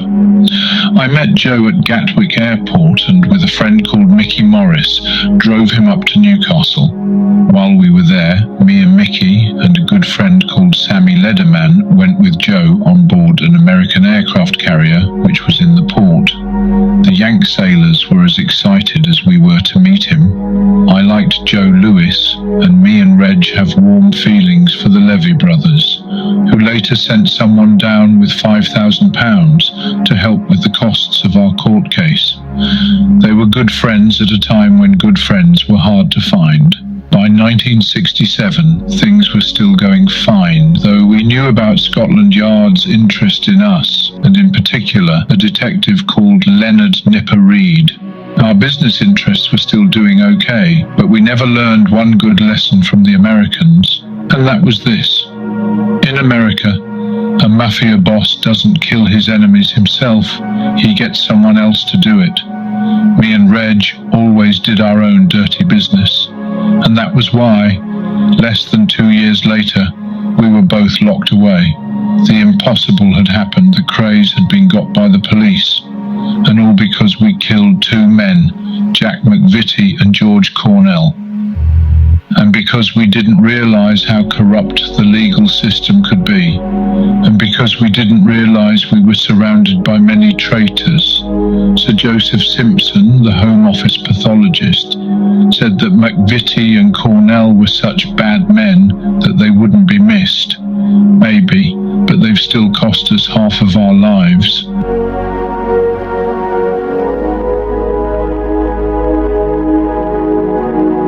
I never killed George Cornell because he called me a fat poof. That's all lies, rubbish. No, if Cornell had called me a fat poof, I would have killed him there and then. No messing. I killed Cornell in the Blind Beggar public house because I had a pact, an agreement, with some other people, influential people, that if Cornell and the gang he was with, the Richardsons, south of the river, if they started a war, I would do something about it. Well, they did start a war. There was a battle at Mr. Smith's club, which was started by the Richardsons and Cornell. A very good friend of ours called Richard Hart got killed in the fight, yet he was just an innocent bystander. The Richardsons got done for that, but Cornell got away, so I kept to my word. Even though others didn't, I still kept to the pact. I went and done Cornell. I got a message that he was involved in the business at Mr. Smith's. I never thought about the police, I just done it. Cornell deserved it. He was a flash, arrogant bastard, and he was a bully. I never made any secret about doing Cornell. I'd known Cornell since I was a kid. He was from Watney Street in the East End. We knew him, but we were never what you'd call friends. That didn't stop us helping him out when he was a bit older, when he came out of the nick and he never had a bob to his name. We gave him a few quid and got him fixed up with some decent clothes, but that never made any difference. There was always a bit of a problem. He was that kind of fella.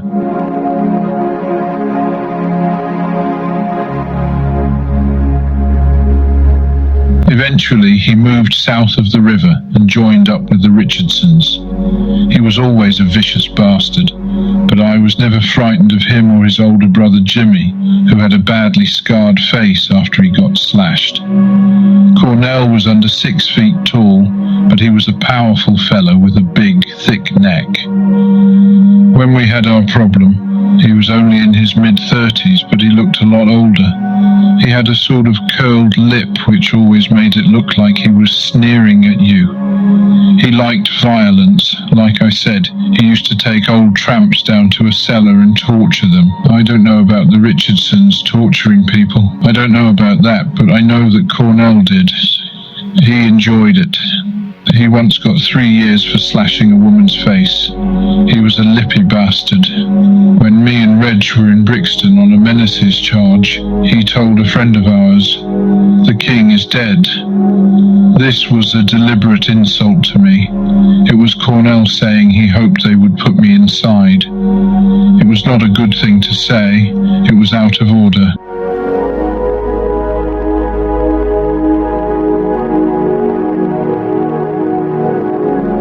Maybe things would have been okay, but then there was the business at Mr. Smith's when our friend Richard Hart got shot dead. Richard Hart was a real nice fellow, a good friend. He wasn't a gangster or anything like that, and he had a nice wife and 2 young kids. He never deserved to get it, and it shouldn't have happened at a place like Mr. Smith's. It was a nice club. It wasn't a rough place. After Richard Hart was shot, the Richardsons were soon arrested. So was Frankie Fraser. That was fair enough. They'd all been involved. But somehow Cornell never got picked up for it, or if he was, he must have had a good alibi. Anyway, a few days later, Cornell turns up again right out of the blue. I can remember the date as if it was yesterday, the 6th of March 1966. I'm having a drink in a pub called the Lion in Tap Street. This pub was also called the Widows, or Madge's, because it was run by a widow called Madge. There was a few of us there drinking, me, Reg, Ian Barry, Scotch Jack Dixon and some others. Then I got a phone call. I had already had a message that Cornell had been involved at Mr. Smith's. Like I said, I had given my word that I would deal with Cornell. This phone call tells me that Cornell is drinking at a pub called the Blind Beggar, which is right in the middle of our manor and less than half a mile away from where we were all sat drinking. I told Ian Barry to come with me, and I told John Dixon to get a car and to drive us to the Beggars. It's funny, really. I read one of them London tourist guides which someone gave me the other day, and it talks about the Beggars in there. It said, the newly renovated Blind Beggar gained notoriety when Ronnie Kray and an accomplice murdered George Cornell as he sat drinking there. The pub's atmosphere has changed dramatically now, and with a pleasant garden for children, it has become, like so many other East End pubs, a place for the entire family. It must have changed a hell of a lot then.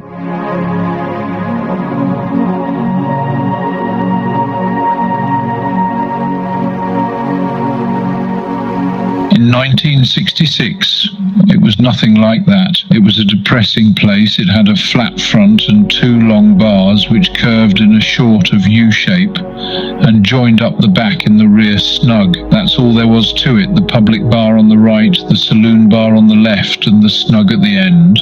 And the landlord's accommodation was upstairs above the bars. The place wasn't smartly done out or anything like that, and it always seemed sort of dark in there. It was a depressing pub. The only interesting thing about it was its name, which was based on an East End play, 400 years old, called The Blind Beggar of Bethnal Green. It's part of East End folklore, the story of Bessay, the daughter of a blind beggar who was being courted by 4 rich men, a knight, a businessman, an innkeeper's son, and an aristocrat. They all wanted to marry her until they learned that her father was a beggar. Then they lost interest, all except the knight, who went to her father and asked if he could marry her. Then Bessay's father, who everyone thought was a beggar, surprised everyone by giving her £100 for her wedding gown, which was like thousands in them days, and a dowry of £3,000, which was like a small fortune. Then, at the end of the story, at the wedding feast, the blind beggar reveals that he is the son of Simon de Montfort, who founded England's Parliament. Everyone thought he had died in the Battle of Evesham, but in fact he had only lost his sight. His life was saved by a lady who later bore him a child, who was, of course, the beautiful Bessay of Bethnal Green, and she and the knight, so they say, lived happily ever after.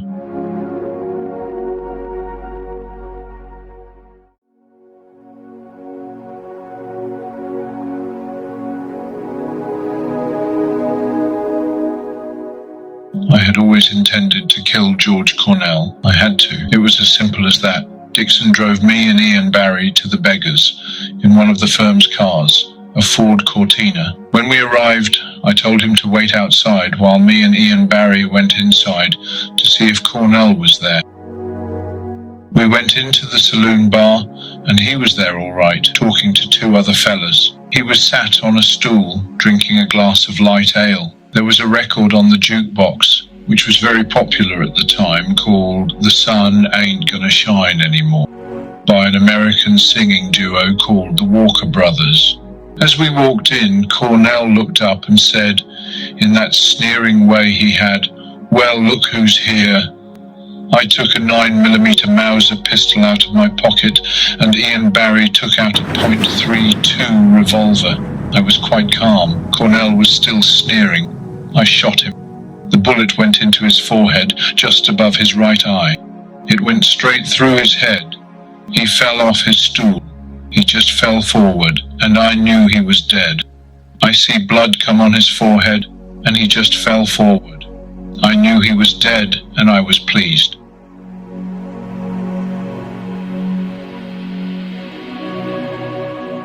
They said in court that Ian Barry fired a couple of shots into the ceiling.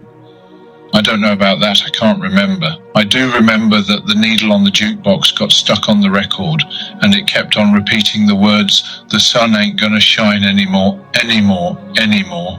Nothing was said. Cornell's pals had disappeared. There was no sign of the barmaid. Me and Ian Barry just walked out of the pub, got in the car and Dixon drove us back to the Lion. I had a chat with Reg. I knew I had to get rid of my clothes and the gun and have a good scrub. So we went to the Checkers at Walthamstow, which was about 6 miles from the Lion. This was one of the places where we kept a change of clothing. We went upstairs to listen to the BBC News on the landlord's radio. We had a few drinks and eventually it came on the radio. The announcer said something like, "A man has been shot in an East End public house." He was later identified as Mr. George Cornell of Camberwell Green. After the shooting, he was taken to the Maida Vale Hospital and died some hours later. Like I said, I was pleased. He was scum. I have never had one regret about killing Cornell. I was sorry for his family. Of course I was, but if it hadn't been Cornell, it would have been me. I had kept my word. I always keep my word.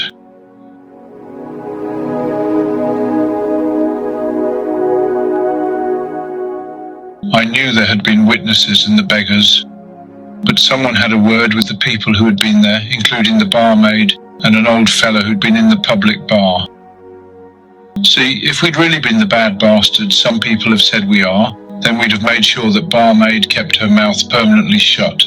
That's what Cornell would have done. But I can honestly say we were never like that. We never hurt women or children, and the only men we hurt were those stupid enough to get in our way.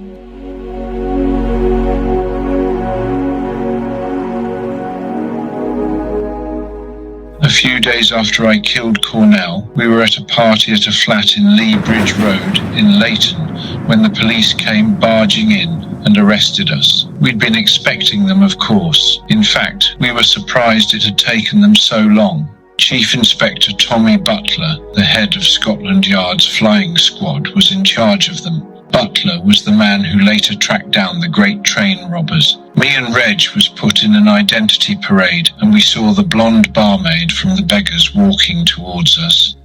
But she walked straight by and never picked us out. Tommy Butler was well pissed off. Like I say, I always intended to kill George Cornell, but the killing of Jack McVitie was different. Sure, we killed him and we got done for it, but there was never like a definite plan to kill McVitie. It just sort of happened.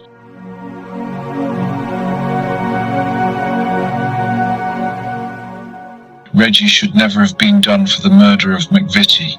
It should have been self-defense, and I'll tell you why. McVitie's real name was John, but everyone called him Jack. He was known as Jack the Hat because he always wore a hat to hide his bald head. He was very vain about his appearance, and no one ever saw him without his hat. He wore it if he came to the front door to answer it. They say he even wore it in the bath. He wasn't on our firm, but he used to do odd jobs for us. He was quite tough. He had very big forearms, and he liked to think he was a hard man. His big problem was he liked to drink a lot, but he couldn't hold his drink. He got nasty. McVitie started to let us down. He went into the 211 Club in Balham High Road, which was owned by our friend Freddie Foreman. McVitie was drunk, so Freddie told him to leave. He did, but then he came back again, and he caused a scene and did some damage. It was silly.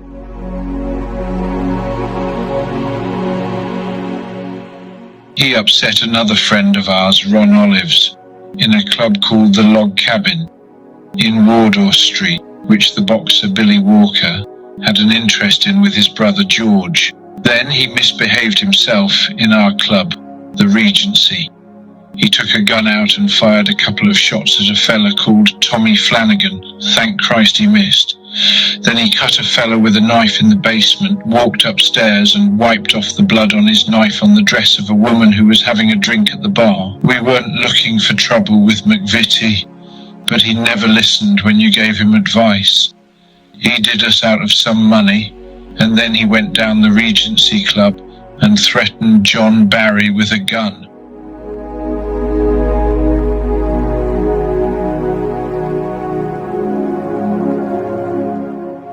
Barry had an interest in the club with us. That was in October 1967. McVitie was waving a shotgun around, a sawn-off shotgun, and saying things about me, making threats. Reggie talked to him about it in a Chinese restaurant, but McVitie never paid any attention. He was silly. That turned out to be his last supper. Me and Reg spoke about it, and we decided we would sort McVitie out. We set up a little drinks party at a flat in Evering Road in Stoke Newington. It belonged to a friend of ours. Everybody called her Blonde Carol. That was on the night of the 28th. Me and Reg was there, with the Lambrianas, Chris and Tony, and Ron Bender, who was on the firm.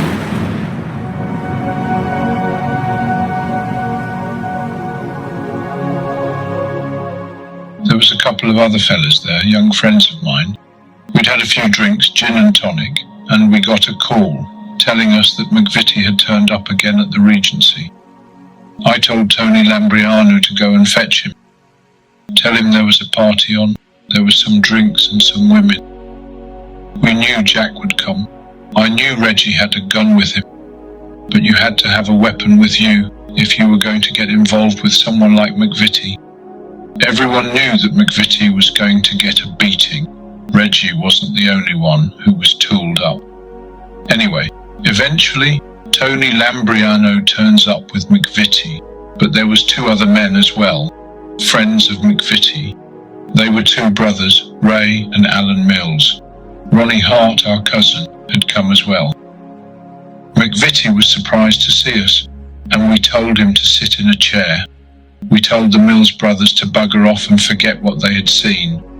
Reggie said to McVitie, "We warned you more than once about causing trouble for us, but you never listened. I told you about the trouble you had at Fred's club, the 211. Then Jack did a silly thing. He said to Reg, "Fred's club has got nothing to do with you." That made Reggie mad. He took out his gun, a Beretta, and tried to shoot McVitie.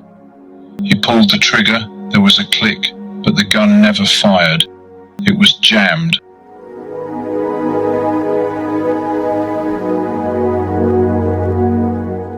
Then Reg got hold of a carving knife, and he done him with the knife.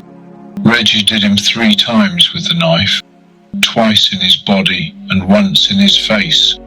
All that stuff about McVitie running across the room and trying to dive through a window, all that is rubbish. There wasn't time. It happened too quick. It always does. McVitie was on the floor. There was a lot of blood. Ron Bender bent down, listened to his heart and said, "He's dead." That's what happened. All the grasses later sang like canaries in court to save their own skins. Those rats, the Mills brothers, they grassed us, and they weren't even there. McVitie deserved it. He was a bad man. He once broke a woman's back by throwing her out of a car. We had to deal with him. He'd been telling other people he was going to shoot Reggie. They've never found Jack the Hat's body. People like Tony Lambriano may say they know how we got rid of him, but they don't. Only me and Reggie know, but we won't tell. We never grass, we never have. But believe me, just like Cornell, Jack McVitie wasn't a nice man. Even Lambriano wrote in a newspaper, he, McVitie, wasn't the meek little man portrayed in the film, The Krays. He was a known heavy man, an active robber, capable of anything. If Jack the Hat was going to die, that is how he would have wanted to go. Reggie didn't do society such a bad turn.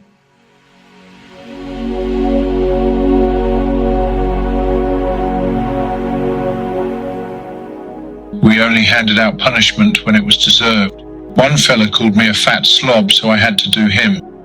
We were in a pub at the time, so I went to the toilet and told someone to pass a message to him that I wanted a quiet word in private. As he came into the toilet, I slashed him with a knife. He had to have plastic surgery. Another time, a man came to see me, a man who was straight, who had no criminal connections, but who knew that the Krays could help him where the police weren't bothered. And he told me that a fella from Mile End had broken his daughter's nose in 3 places because she wouldn't have sex with him. The police didn't want to know. One of them told this man that his daughter was probably just a prick teaser. Nice, eh? Just the sort of thing you want to hear if your daughter has been marked for life by some tearaway. Anyway, we knew of this fella that the man was complaining about because we knew he had also broken the jaw of a 17-year-old boy in another unprovoked attack. It was time something was done about him before he started getting ideas above his station. So I phoned this fella up and told him I wanted to meet him at Esmeralda's barn. He fell for it, he thought, because it was me calling him. He was going to be given a job to earn himself some money. But he was a dirty little rat, so I thought I'd set an example with him for the whole East End. And I did.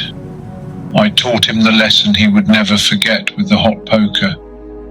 If he's alive today, then he'll still have the scars.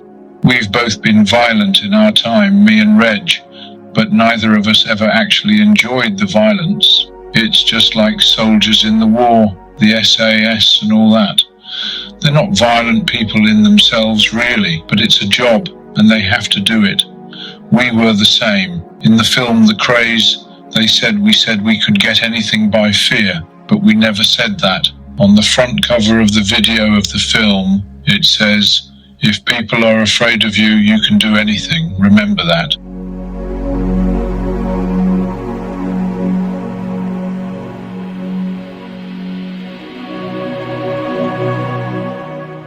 But we didn't operate like that. We used respect, not fear. There is a big difference. If people respect you, they will do what you ask. If they are frightened of you, they will simply run away and hide from you. People like Cornell and McVitie tried to rule people with fear. If you don't believe me, get hold of a book by Sir Joseph Simpson, the Home Office pathologist, who writes about Cornell and Jack the Hat and says they won't be missed, and they was horrible people. We understood about people like them, and we dealt with them, but what we could never understand was fellas like Ronnie Hart, our own cousin. Me and Reg had been really good to him, given him the good life, and yet, to save his own skin, he told Nipper Reed everything he wanted to hear. He even made a statement implicating the 2 totally innocent friends of mine who had been at Blonde Carol's flat on the night Jack McVitie got it. Those 2 young fellas had to stand up to some very harsh police interrogation. But they refused to make statements. They acted like real men, and I was very sorry when one of them later took an overdose of drugs and died.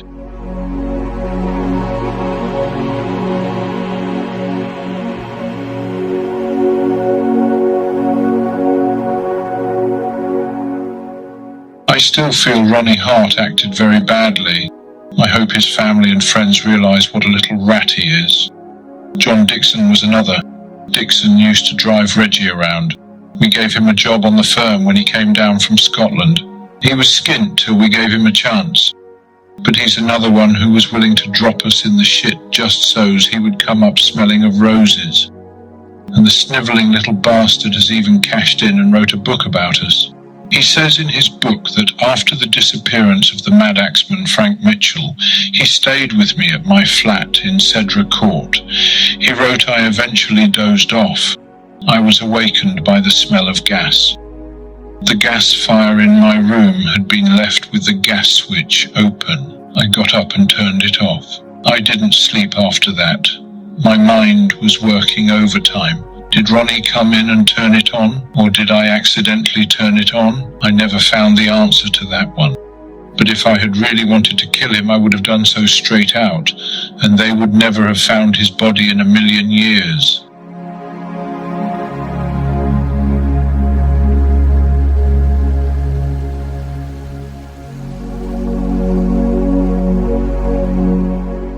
For those who don't know it, let me tell you the story of one of the gamest men who ever worked in the underworld. Frank Mitchell came from a large poor family in Canning Town.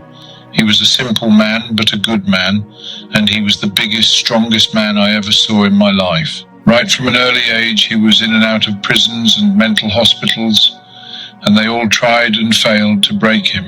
He was birched, given the cat-o'-nine tails, even beaten to a pulp while he was strapped in a straitjacket, but they never broke him.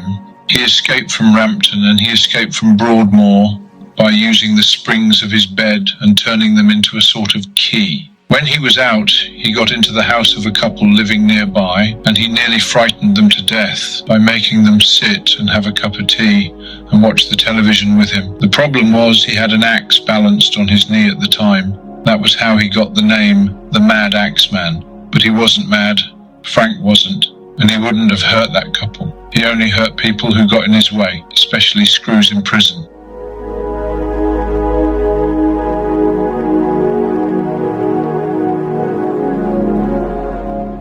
Finally, they sent him to Dartmoor in Devon, which at the time they said was a prison that no one would ever escape from. Frank was there for 9 years, and the staff left him alone to do more or less what he wanted. They realised it was safer from their point of view because he could be a bit dangerous if he got angry. He had a hell of a life inside Dartmoor.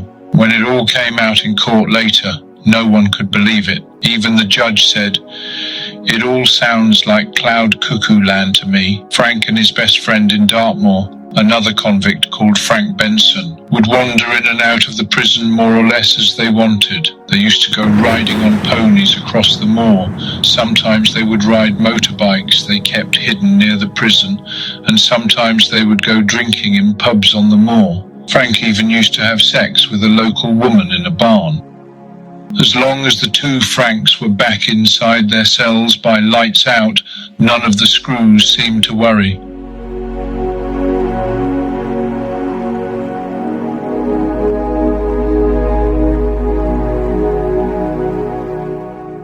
Dartmoor was a joke.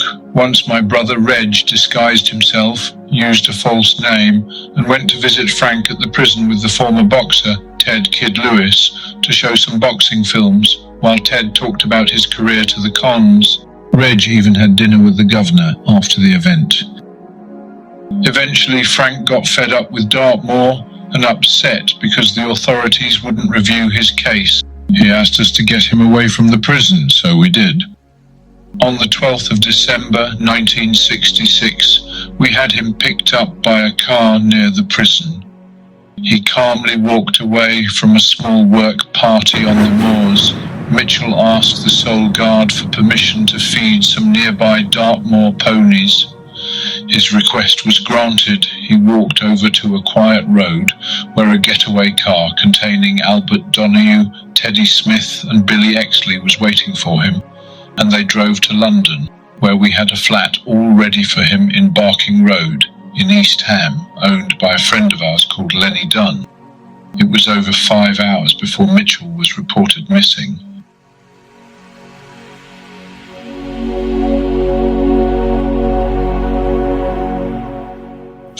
needed company, so some fellas in the firm used to take it in turns to sit with him and chat to him. Mainly it was Scotch Jack Dixon, a fella called Billy Exley, and Mad Teddy Smith. Smith wrote a letter for Frank Mitchell to the Home Secretary asking that his case should be investigated and his request for freedom should be considered. We sent copies of the letter to the Daily Mirror and the Times. We never got a reply from the Home Secretary.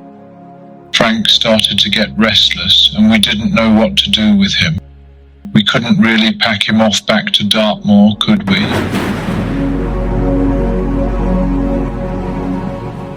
Everyone knows the rest of the story. We had no choice. Frank had threatened our family and friends, and his crazy actions would have led the police right to us. So we did what we had to do, and we had him eliminated. At our trial, Albert Donahue told the court that it took 11 or 12 bullets to kill Mitchell. Fred Foreman and Alfred Gerard did the deed in the back of a Thames van, as Freddie himself has previously admitted in one of the TV documentaries.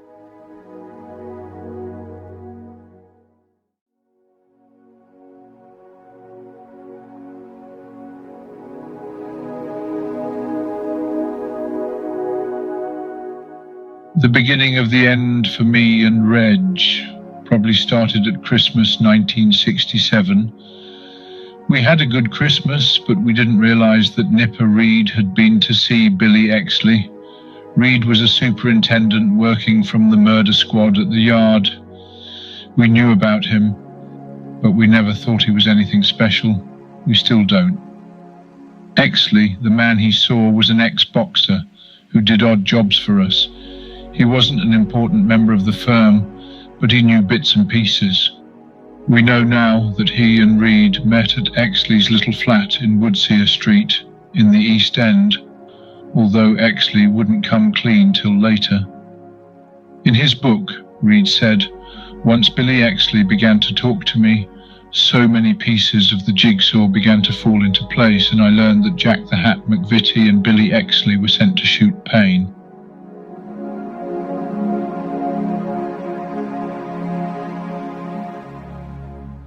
During the first 4 months of 1968, Reed and the policemen working with him, Frank Cater, Harry Mooney, Algie Hemingway and Alan Wright, got at Liza, the nightclub hostess we'd paid to keep Frank Mitchell company at Lenny Dunn's flat.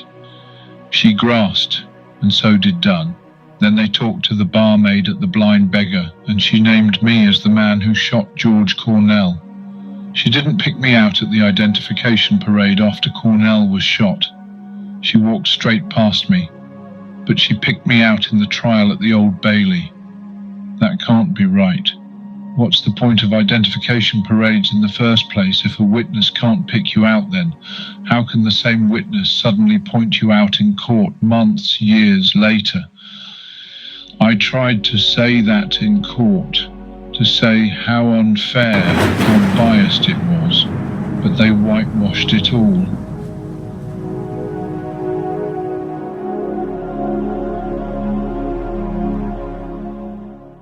They had finally come for us on the 8th of May in 1968.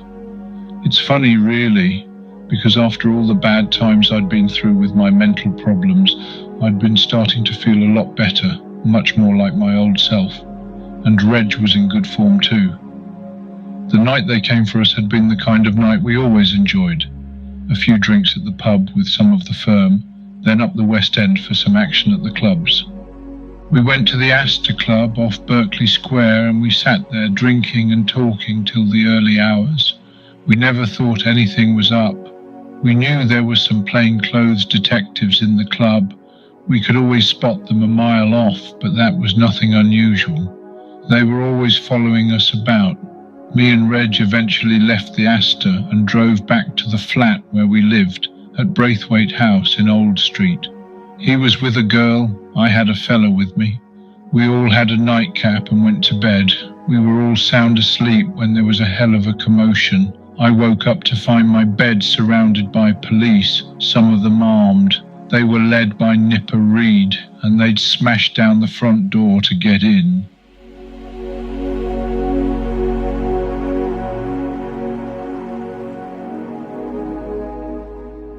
noticed they were carrying .45 caliber Webley pistols, and one of them was holding an iron bar. Reed said to me, "You are under arrest. Get out of bed with your hands in the air." I was stark naked, but that made no difference to them. Reg was brought into the room, and Reed said we were being charged with murder and other offences. He asked us if we'd got anything to say, and Reg said, "Yes, Mr. Reed. We've been expecting a frame-up for a long time, but we've got plenty of witnesses. There's a lot of people wanting to help us." At the time, we believed that. We knew we had a bit of trouble here, but we didn't think it was anything we couldn't handle. We'd been pulled in before and managed to sort it out. What we didn't realise was that while we were being arrested, squads of armed police were smashing down other doors all over the East End and pulling in anyone they could find. There was something like 18 arrests that night, all carried out at the same moment, and all of those arrested were kept well apart so that no one knew what was going on. They pulled in everyone that night except Scotch Jack Dixon and my right-hand man, Ian Barry.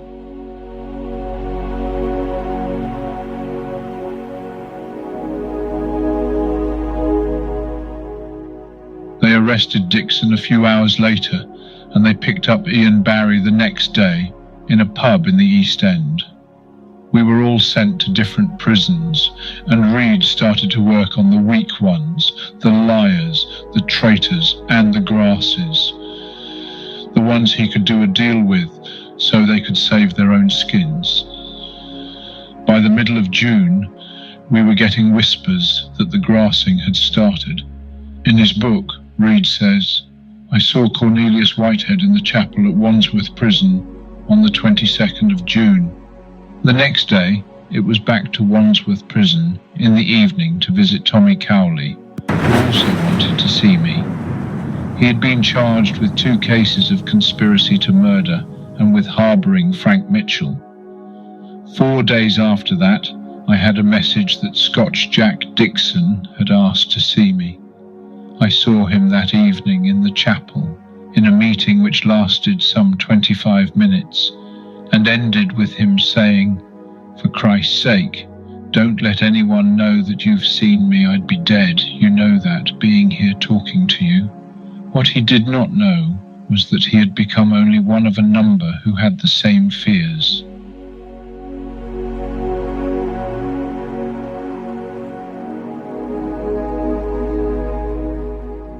All through that long, wet summer of '68, with me and Reg locked up in isolation, many members of our firm turned Judas.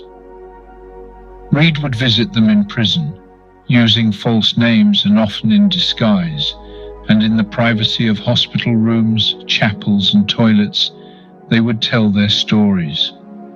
We knew that Albert Donahue had had several sessions with Reed, so had Dixon and Ronnie Hart, our cousin. Dixon was a disgrace. He even had the audacity to say in court, "The murders have got to stop."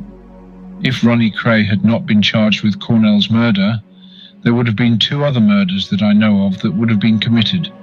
He also said, "Someone has got to have the guts to come forward to say their piece. You have got the 3 of them, me, Reg and our brother Charlie, in the dock." Dixon was a rat. There is no other word for him.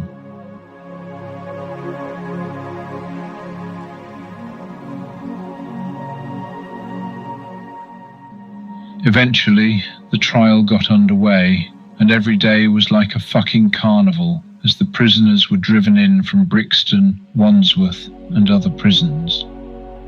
Me and Reg were driven in from Brixton with a cavalcade of police and prison vehicles, flashing lights, wailing klaxons, armed police and commandos. Each day the route was changed to avoid, they said, any attempt to hijack us. All the way into the Old Bailey, the route was lined with hundreds of people, many of them waving at us. At times it was like the coronation or an execution. There were many charges against us, some of them quite stupid. They were just chucking everything at us, knowing that some of it would have to stick. It was pathetic. More than that, it was corrupt. As long as they could put us away for as long as possible, that was all they cared about. They charged me and Ian Barry with the murder of George Cornell in The Blind Beggar. Barry was one of the few members of the firm to stay loyal. Ian Barry was a real man. He remained loyal to us despite the tremendous pressures put on him by the police. His fellow Scott Dixon stood up in court and said he thought Barry was wrong to stand in the dock, thinking it was big to be convicted with Ronnie Kray about a murder which he had known nothing about previously and in which he had no concern.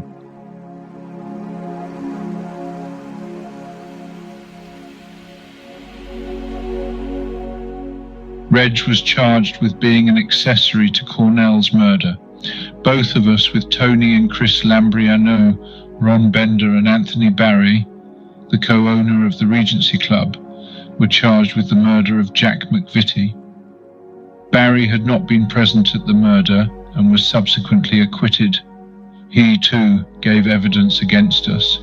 Me and Reg and Tommy Cowley, one of the first of the traitors to ask to see Nipper Reid, and our old friend Dickie Morgan were also charged with conspiring to kill a Maltese fella, George Caruana, between January and May 1968. This shows the depths to which the police were sinking to make sure something stuck against the Krays. They said we hired a fella called Paul Elvey to kill Caruana because he was trying to muscle in on our business.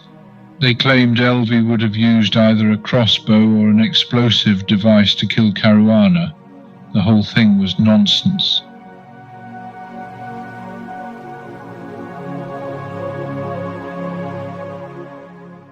Me and Reg and Cowley were also charged with conspiring to murder an unnamed man in 1967, again using Paul Elvey as the hitman, only this time Elvey was to use a hypodermic syringe filled with poison and built into a suitcase. The prosecution claimed that the syringe was designed to work when the case was swung against the body of the intended victim. Death would be instant, but would take the appearance of a heart attack. I had never heard anything like it, and the charges went on and on. I was charged with causing grievous bodily harm to a man at Esmeralda's barn. The prosecution alleged that after he had upset a friend of ours, I invited him to the club and then placed a red-hot poker on his face and shoulders. With Reg and our brother Charlie, I was charged with demanding money with menaces from two of our financial advisors, who were now two of the prosecution's chief witnesses, but who had in their time swindled thousands out of me and Reg.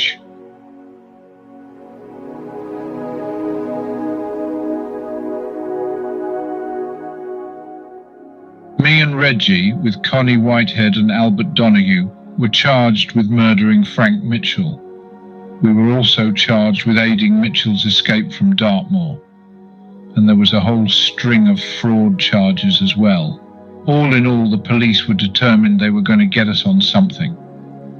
Defending us, we had some top men. John Platts-Mills, QC for me, Paul Wrightson, QC for Reg, and Desmond Vowden, QC for Charlie. On the opening day of the trial, we got more media coverage than Earl Ray, the man who shot Martin Luther King and who had been arrested at London Airport.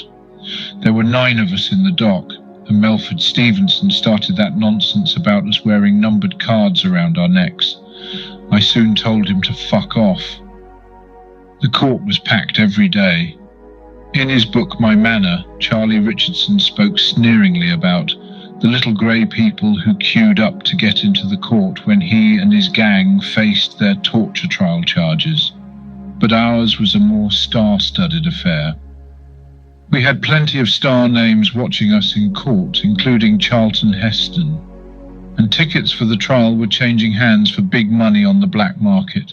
Touts were even outside the Old Bailey buying and flogging tickets.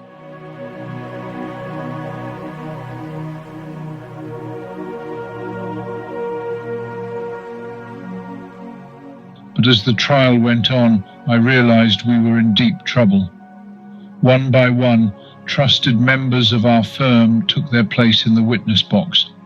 I'll never forget Dixon and what he said, but it was when I saw the barmaid from the Beggars that I knew it was all over. The barmaid, who they called Mrs. X, was taken through her evidence by Kenneth Jones, QC. He got her to tell the jury how she was working in the Blind Beggar on the night Cornell was shot, and how she had witnessed the murder. Then came her big moment. Would she, asked Mr. Jones, look around the court and point to the man she had seen shoot Cornell? Straight away, she pointed at me. "Number 1, over there, Ronald Kray," she said, as clear as that. And this was the woman who had failed to pick me out face to face in an identification parade. Shortly after she picked out Ian Barry as the man who was with me, Nipper Reed said later, "It was at this moment I believed justice was going to be done."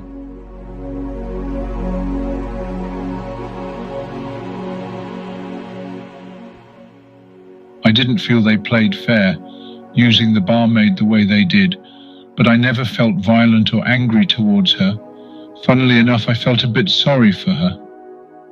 Later, I had to give evidence. Reed wrote about that. As he climbed the steps of the witness box, the jury had an even closer look at him.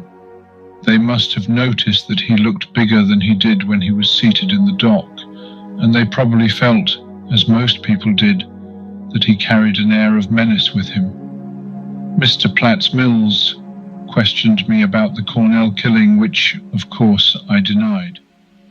I also told him the truth. A few days before Cornell was murdered, I had sent a box of chocolates to his son, who was in hospital. After that, it was just a succession of traitors, grasses, and liars.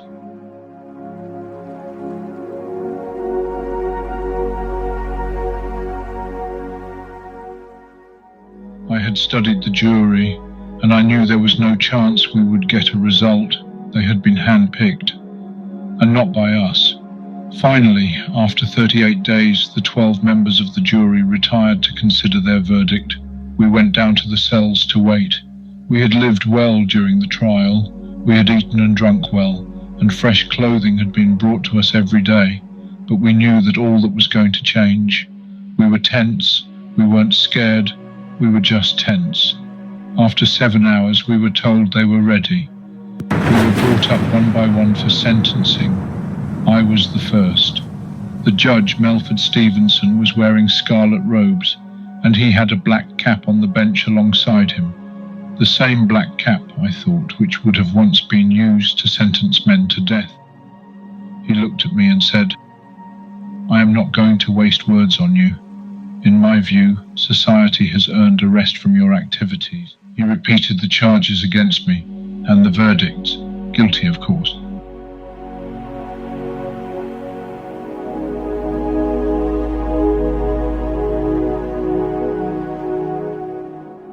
Then he sentenced me to be detained at Her Majesty's pleasure for a minimum of 30 years.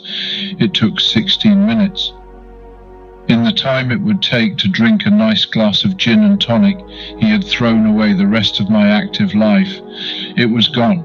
It was a fucking outrage. Reg got 30 years minimum for the killing of McVitie. Charlie got 10 years for allegedly disposing of McVitie's body. The judge said to him, "It may well be that you are not an active member of the firm, but I am satisfied that you were an active helper in the dreadful enterprise of concealing the traces of the murder that your brothers committed. Tony and Chris Lambrianou got 15 years, Ron Bender got 20 years, Connie Whitehead got 7 years. Freddie Foreman, who was never a member of our firm, got 10 years for being an accessory to the McVitie killing, and Albert Donahue got 2 years. Donahue got away lightly after pleading guilty to being an accessory, but then he had given the police a lot of help.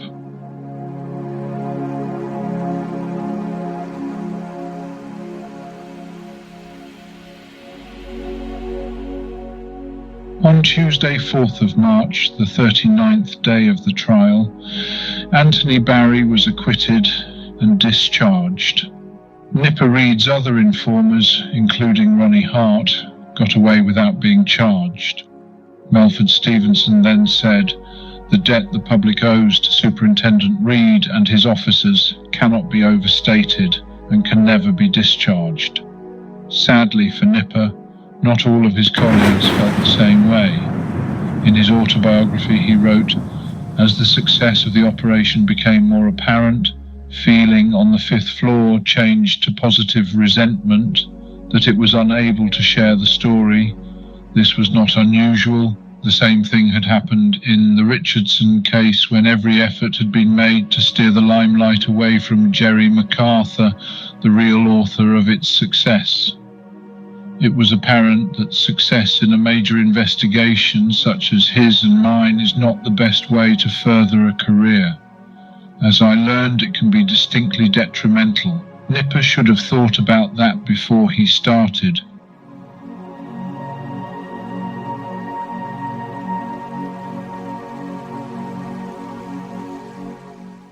But it still wasn't over for us.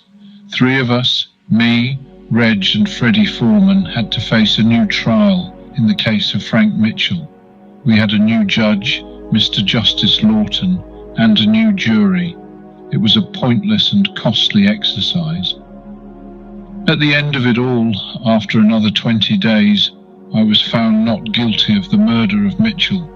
Reg got 5 years to run concurrently with his life sentence for murder for freeing Frank from Dartmoor, and another 9 months also to run concurrently for harbouring him.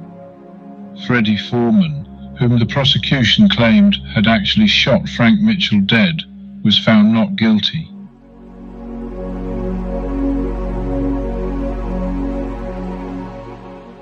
By the 25th of May it was all over.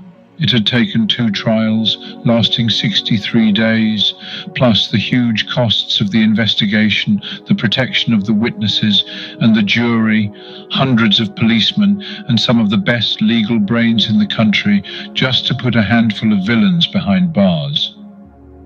2 of them, me and Reg, for at least 30 years. And others, like Ian Barry, who had never killed anyone, for the best part of their active lives. What Melford Stevenson did was inhuman, and I am not the only person to think so. Shortly after the trial, Professor Leon Radzinwich, Britain's leading authority at that time on long-term prison sentences, wrote in the Sunday Times, "Society owes long-term prisoners something more than death in small doses."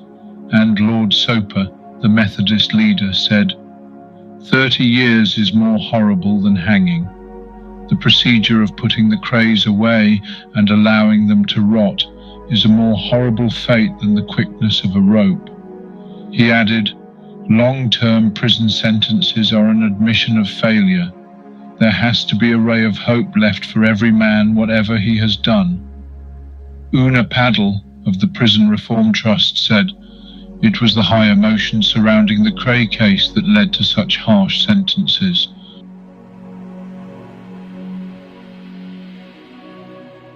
On Wednesday, the 28th of May, 3 days after the end of the trial, they began to disperse us. They sent us to prisons around the country because Reed thought it was vital for security reasons that we were split up. Me and Charlie went to Durham but were separated the moment we got there. Reg went to Parkhurst, Freddie Foreman went to Leicester, Connie Whitehead went to Hull, and so on.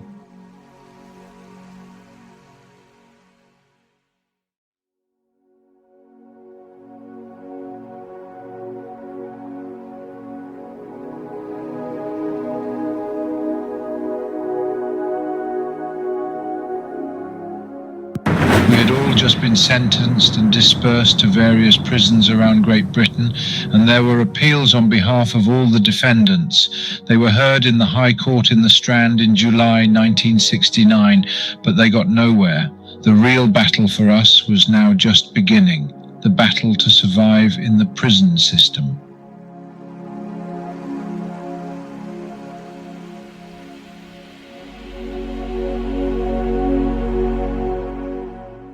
The police were happy. They had finally put away the Kray twins. As Nipper Read said, the moment the verdicts were announced at the original trial, I didn't look up. I was afraid that people would see the tears in my eyes. But was it just Read and the police who brought us down? Not according to a book called The Evil Firm, The Rise and Fall of the Brothers Kray, which was published shortly after the end of the trial. It was written by 3 Daily Mirror journalists, Brian McConnell, Tom Tullett and Edward Vail. This was not a pro-Kray book, it was very anti-us. But the book shows that me and Reg were sunk not just by the traitors in our own firm, but also by the Inland Revenue, who had been called in by someone close to the top of the Labour government of the day. That someone was probably the Home Secretary, James Callaghan, who was later to become Prime Minister. Questions had been asked about us in the House of Commons, and the government were sensitive about suggestions that the police could not control us. Brian McConnell, who was tracking our activities for the Daily Mirror, claims he was summoned to a secret government office in Shepherd's Bush, 5 miles from the centre of London, and told by a special inspector of the Inland Revenue that he must reveal all he knew about us, or else, and that his conversation with the agent was covered under the Official Secrets Act.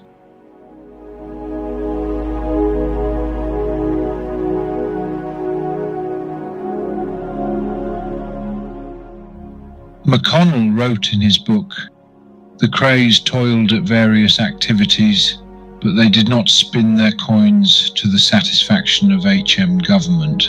It did not need a crystal ball to see they were under some sort of surveillance." He also spoke of the many kinds of investigators engaged on the matters Kray. I believe there is clear evidence that there was a massive conspiracy over many years and involving many government departments, which had the sole aim of bringing us down. At our trial, there were accusations in the press of government and police persecution and corruption. One newspaper spoke of an arch-conspirator, a gross perverter of justice with a criminal soul, standing in such a strong position that even the courts are putty in his hands.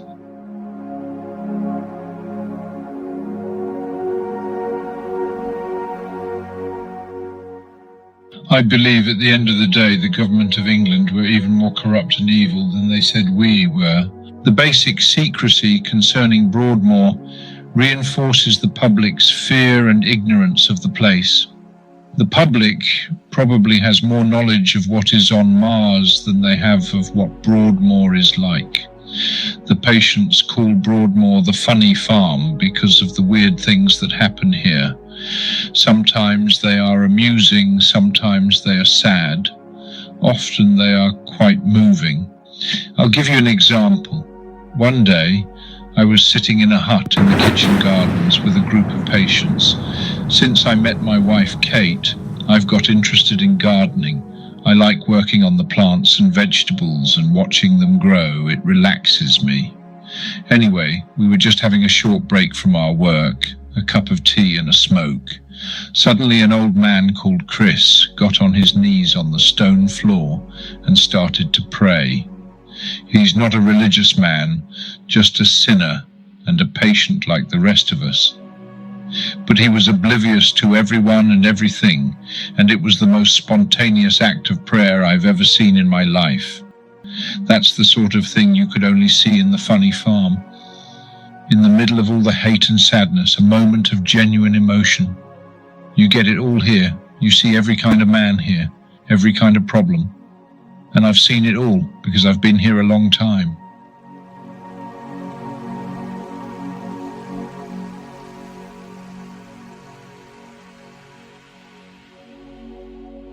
They sent me here on the 25th of July in 1979. I cannot forget that date because after the hell I went through at Parkhurst Prison, I was pleased to get here. It was a good day for me. It was Nobby Clark who told me that Broadmoor can be heaven or hell. It just depends on you. He told me that in Parkhurst too. He said that if you behave yourself, it's heaven. But if you misbehave, they'll make your life hell. And it's true. Nobby had a troubled life and he was sent crazy by those bastards at Parkhurst. Finally, he couldn't take any more. He speared a black fella stabbed him when he was lying in the bath. Did him up good and proper, so they sent him here. Nobby had long grey hair and a long grey beard and bright twinkling eyes. He eventually died here after a heart attack.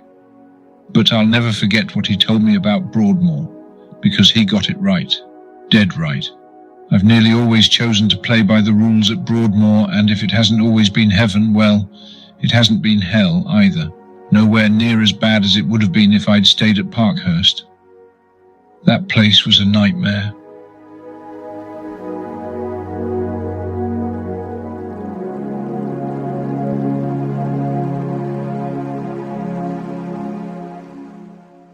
When Melford Stevenson sent us down in 1969, I was sent to Durham Prison in the northeast of England.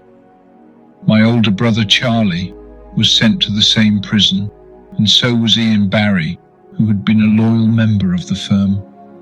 We were all kept well apart, though, segregated from the moment we arrived at the jail. Reggie was sent to Parkhurst. Durham Prison is a bastard place, and some right bastards worked there. From the word go, certain of the screws made it very clear they were going to kick the shit out of me every chance they got. Never one-on-one, of course, no. Just a gang of them against me. They saw me as a hard man who had to be broken, not a fella who could be sick in the head with depression, who needed treatment.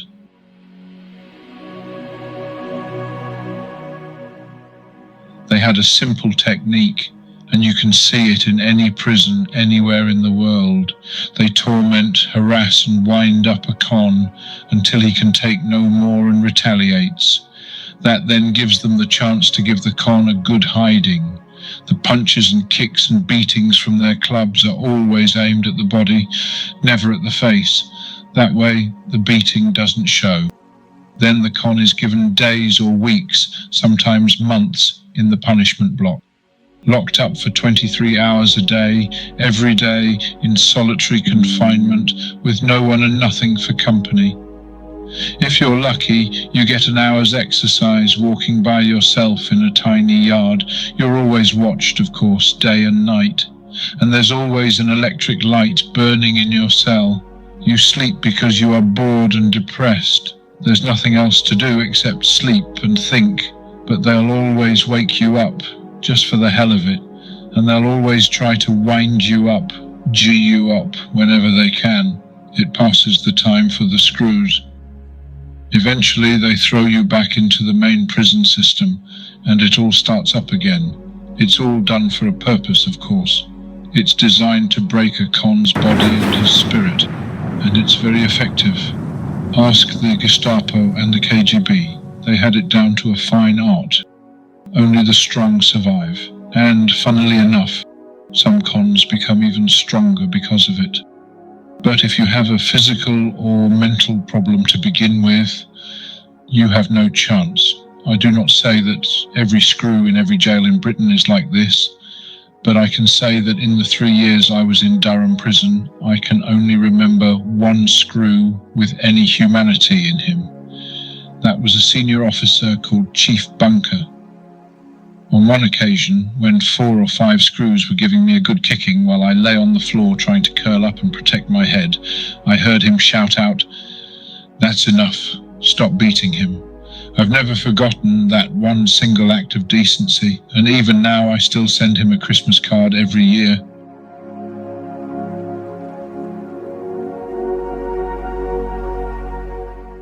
I realised looking back that my reputation and the publicity surrounding our case meant that I was bound to be the one the screws were looking for.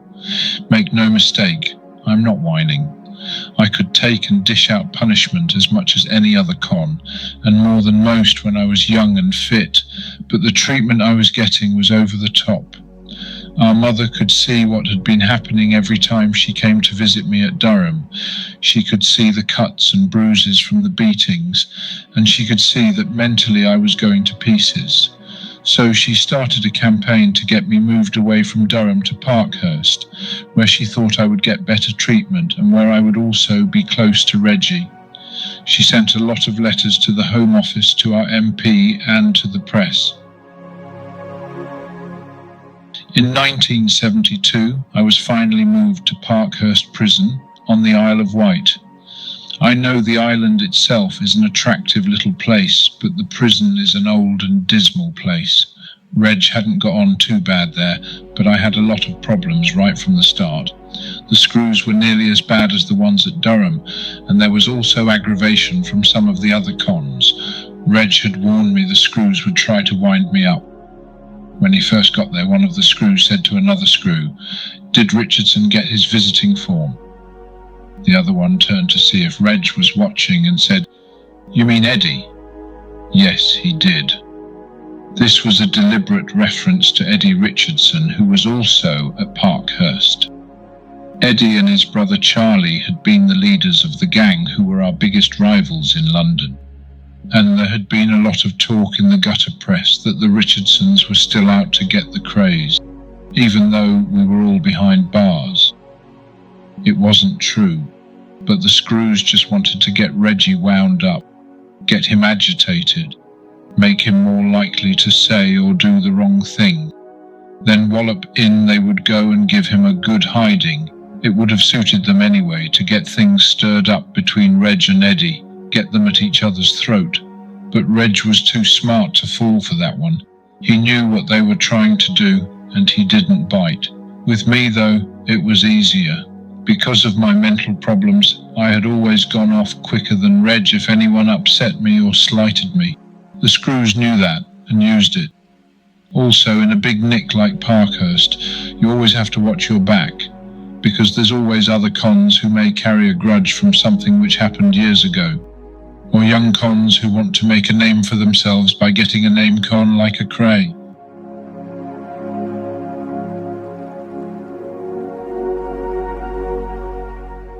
That's one of the reasons Reg has kept himself so fit and hard over the years. He's had to. And even now he's getting on a bit. It would take a brave con or a stupid one to try it on with my brother. But things really started to go wrong for me at Parkhurst because of an assistant governor. I was very friendly with a particular con, who was a smashing fella. One day he was very upset because his mother had died of cancer. Like a lot of us, he had been very close to his mother, and the news had gutted him. I wanted to show my respect to my friend's mother, so I put in an application to send a wreath to her funeral. When you are a Category A con, you have to put in an application for just about everything. You almost have to put in an application to go and have a shit. But I didn't expect to have any problems over sending some flowers to a funeral. However, this governor called me to his office, and I could tell from the mean look on his face that this wasn't going to be straightforward at all. He said to me, "Kray, who are these flowers for?" I told him they were for my friend's mother, and I wanted his permission to get them sent. "Well, Kray," the bastard sneered, "permission is refused." Just like that. And that, as far as he was concerned, was the end of the matter. I could have smashed him to a pulp, but I didn't. All I did was swear at him, and that cost me another 7 days in Chokey, solitary confinement. Another week locked up by myself, 23 hours a day, basic rations. After that, it was downhill all the way. More trouble, more fights. In my time at Parkhurst, they did me for about 20 assaults and 1 charge of grievous bodily harm, but that was only what they did me for. In the 7 years I was in Parkhurst, I got involved in a lot more scraps than that. I also smashed up my cell a few times in frustration, really did it over. I couldn't help myself. When I was in solitary confinement, which was a lot, they used to lock me in what they called the strong box. And that's just what it was, really. It was a room, but it was built in the shape of a small box. It was really dark and claustrophobic. The whole room was made of concrete, including a little bed in the middle.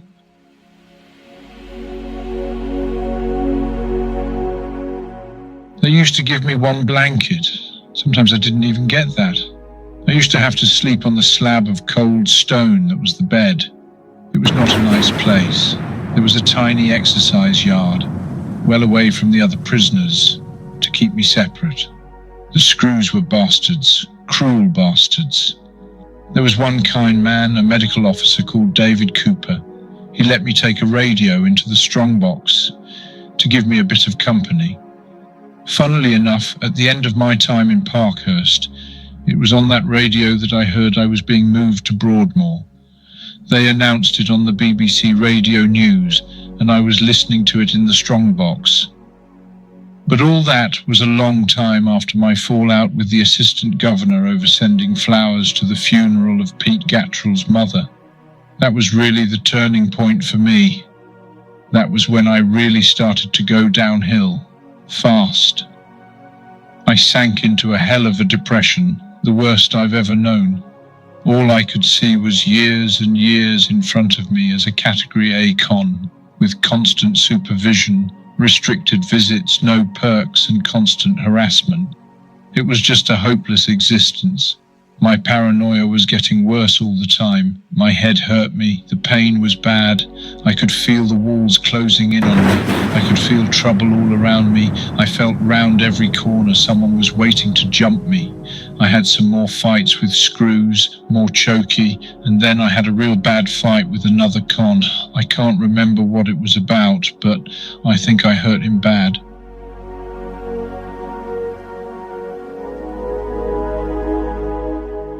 After that, they gave up on me. The medical officer at Parkhurst said I was insane, said I was a menace, and they were going to get rid of me. On the 25th of July, 1979, they did. They sent me to Broadmoor, and do you know something? When they told me I was coming here, when they told me they were going to send me to a lunatic asylum, I was pleased. For me, it meant 7 years of hell at Parkhurst were over. You see, I knew what they didn't know, what they never bothered to try and find out, because they didn't really care. I knew I was sick, really sick. When I came to Broadmoor, the doctors here explained to me, for the first time in my life, that I am a chronic paranoid schizophrenic. That doesn't mean I'm a raving lunatic, because I'm not, but it does mean I am ill and need medical help. Since then, I've done a lot of reading up on illness of the mind. The doctors here encourage you to learn about your illness, to try and understand it.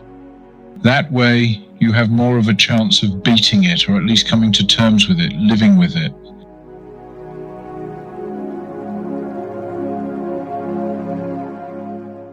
The difference is that Broadmoor is a hospital. It is not a prison.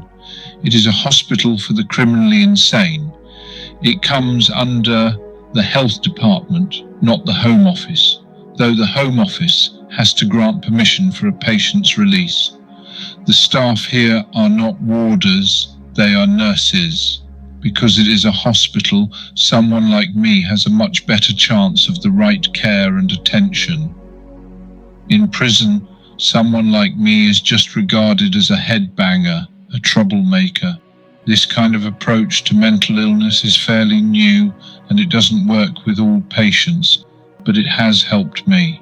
My own reading has told me that schizophrenia means I have a split personality, a mind that can work in two ways, virtually at the same time. Schizophrenia causes severe depression, and that creates other problems. In my case, when I'm going into a depression, going into one, as I call it, one part of my mind creates suspicion, really bad suspicion that becomes paranoia.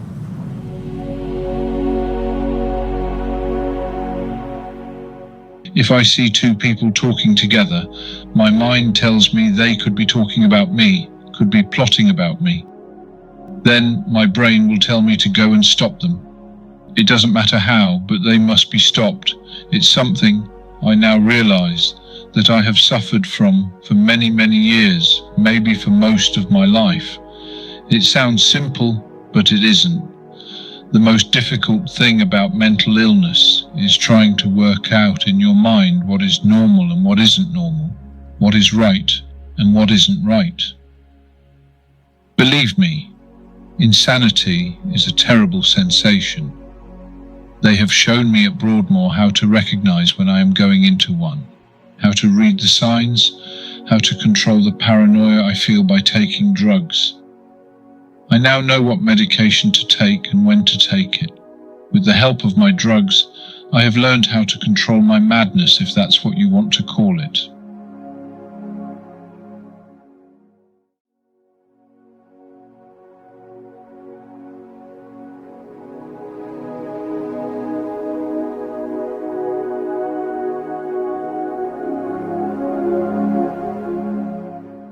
My schizophrenia would have started very early in my life, as it does with most people, and the simple fact is, it was something beyond my control. There was nothing I could have done about it. Most schizophrenics have ancestors or relations with mental disorders. In my own case, my own mental problems may be traced back to my great-grandfather, Kray, who was a gypsy and a cattle dealer from Bermondsey and died in Claybury Madhouse. My grandfather's brother, who they called Dewey, also died there. I have traced back our family roots a long way, and my earliest ancestors probably came from Austria. Even today, the surname Kray is quite common in the Salzburg area, but it does seem that the family have had a lot of mental problems over the years, although both my parents were very sane and normal people. But what causes schizophrenia? I have read up on it, and a child can be a schizophrenic even before it is born. Something goes wrong in the chemistry of a baby's body, even when it is still inside its mother, but the problems don't show up until a lot later. You can tell kids who may be schizophrenic kids who are backward, or precocious, or daydreamers, or kids who fly into tempers. I wasn't backward, but I suppose I always had a bit of a temper on me. I still do, but I can usually control it with willpower and drugs. I know about my drugs, and I know about the ways in which they help me. I take Stemitol capsules 4 times a day to quieten my nerves. I also take Disipol, which is for the side effects caused by the Stemitol, which sometimes makes my limbs shake and difficult to control. Every fortnight I have an injection of Modicate, which is a drug specifically to curb the symptoms of schizophrenia. It stops the bad dreams and the depressions.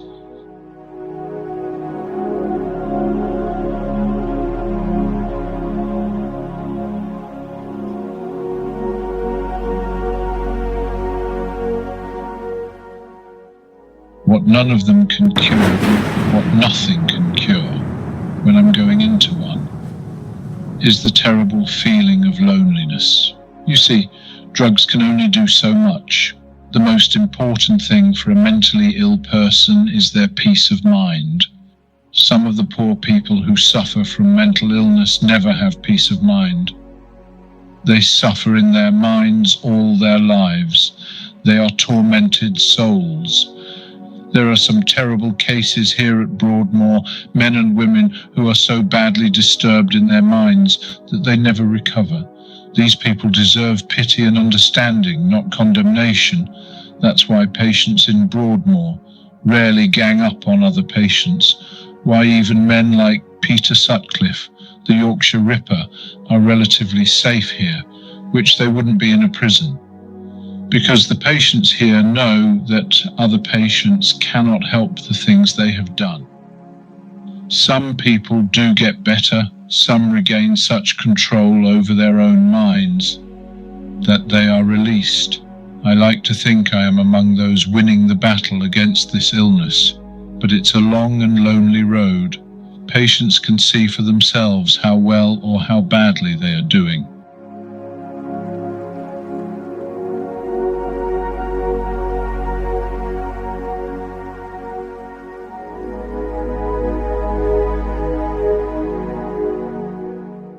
Every few years, each one goes before a mental health tribunal, which decides how well he or she is progressing and whether the patient is in a state of mind where freedom or a change of hospital would be suitable.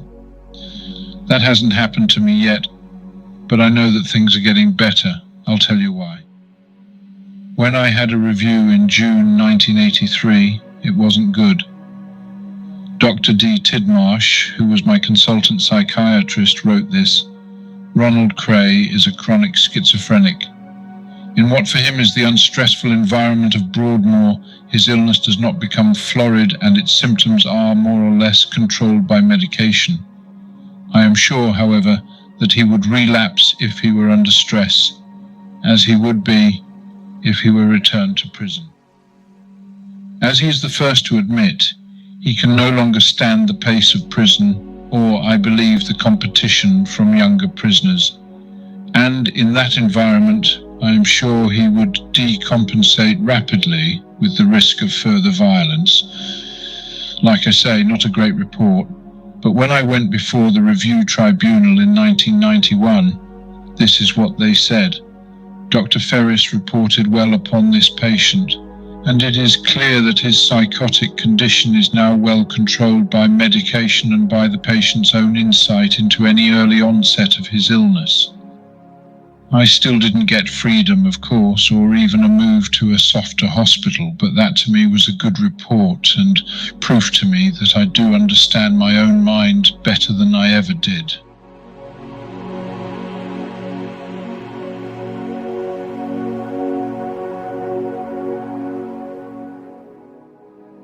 All the patients here get visits and checks from social workers, and they put in their own reports on us. I have managed to get hold of a recent report on me by a senior social worker called Mrs. Carol Parkinson. She said about me, Mr. Kray's wife, Kate, visits her husband on a regular basis and offers him support. Mr. Kray also has a considerable number of friends who write and visit. Mr. Kray has recently transferred to a new ward in the hospital where he seems to have settled in well. He works 4 mornings each week in the kitchen gardens and spends the rest of his time listening to music or reading on the wards. When eventually discharged, Mr. Kray hopes to live with his wife in a house in the country. He presently requires regular medication to control the symptoms of mental illness, and it would therefore seem in his best clinical interest to remain in Broadmoor for the foreseeable future. So I know from that I am still going to be here for some time, maybe forever. That doesn't worry me. But I would like to get out one day, go and live in the country and travel to places like India and Africa. I have had a premonition that I won't ever be set free, a very real premonition. But on the other hand, one of the doctors here told a friend of mine that I could be set free one day. I just don't know.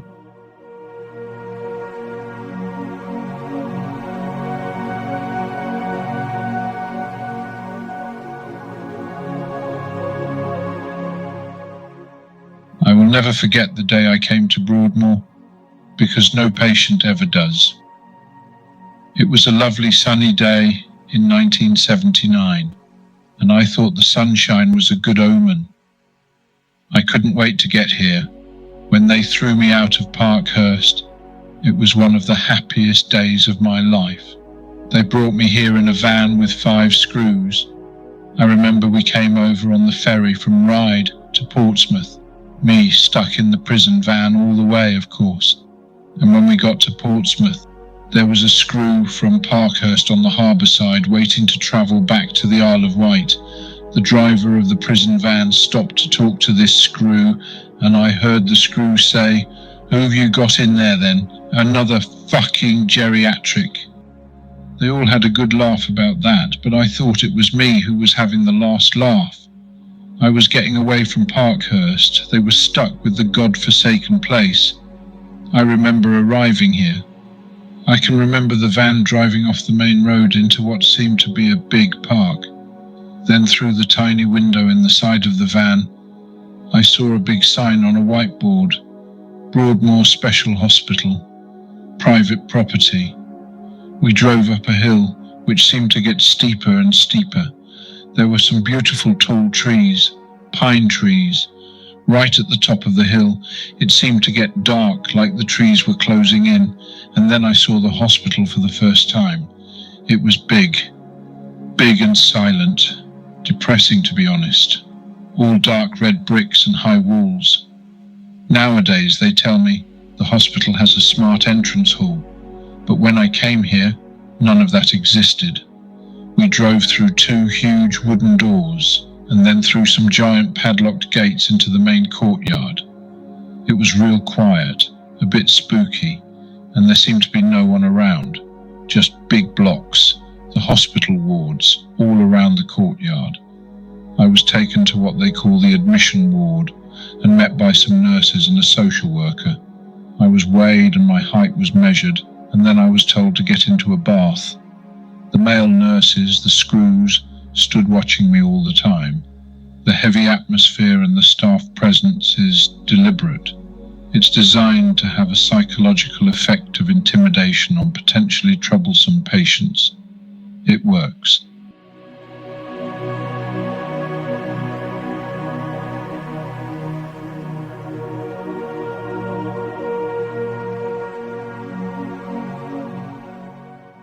After my bath, I was given a cup of tea and locked up in a bare room about 9 feet long and 6 feet wide, with just a mattress on the floor and some bedding. There was a big wooden shutter across the window, so there was no light, only the electric light bulb, which was never turned off. Next to the door was a slit through which the staff could stand and watch you. An hour before the night staff came on duty, I was unlocked and given a cigarette, and they told me what would happen to me over the next few weeks. They told me that the first few days and weeks at Broadmoor are the most difficult for every patient, but how he reacted to them would affect his whole future in the hospital. I remembered Nobby Clark's words, "If you behave yourself, it's heaven. If you don't behave yourself, it's hell." The admission floor was on the bottom of Somerset House, where I eventually finished up living for many years. Everyone has to come through the admission ward. The daily routine here was weird and hard to get used to. In the morning, we were unlocked at 7 o'clock. We slopped out, got rid of our own urine and excrement, our own mess from the night before, then had a wash and a shave, and had to line up while we waited for the razors to be counted. They weren't taking any chances because a lot of patients have suicidal tendencies. When this was over, I and the other new arrivals went into the day room, where we just sat all day until 9 o'clock at night. Again, the system is designed to put you under psychological pressure so the staff can assess how you react. Make a wrong move and life would be harder in the future. The rooms, like all the buildings here in those days, were drab and depressing, relics from another age. They should all have been condemned years ago. They were all like poorhouses.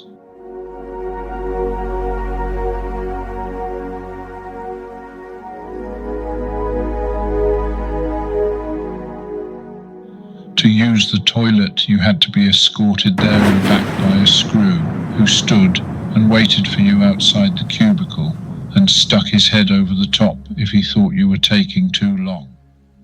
If you had a bath, you were given 6 inches of water in case you tried to drown yourself. And the screws, the nurses, were watching all the time. It was humiliating.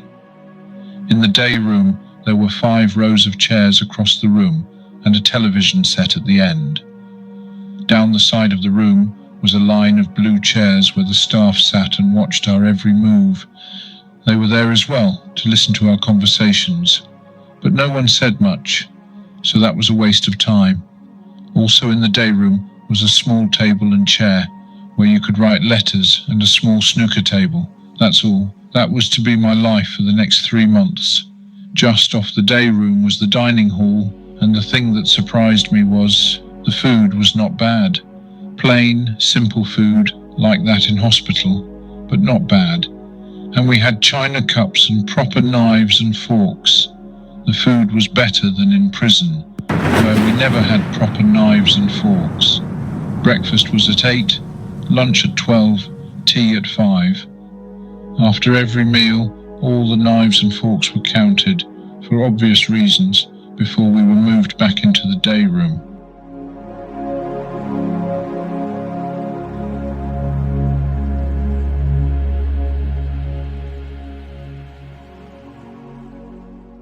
few weeks on, after washing and breakfast, I was given a few odd jobs to do, and I just dragged the jobs out as long as I could, made them last as long as possible, to cut down the boredom of the endless days doing nothing.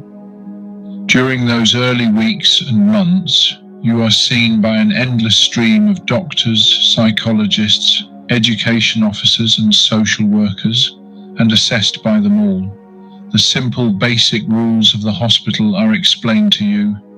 Behave yourself and you will get privileges, a better room in a softer block, the freedom to work where you want, the use of a radio. Misbehave and you are in bother, serious bother. You will be put in solitary confinement in Norfolk House, the punishment block. Word had gone round about Norfolk House, the House of Correction, as some members of the staff cynically call it. The hospital prefers to call it the intensive care unit. Call it what you want, it's a bad place to be. It is still the most feared part of the hospital. It looks and is a frightening place. There are rumours about Norfolk House, but I have no proof of anyone being physically abused in there, or being abused with drugs, as others have claimed. But the psychological pressure and intimidation inside that building has to be experienced to be realised.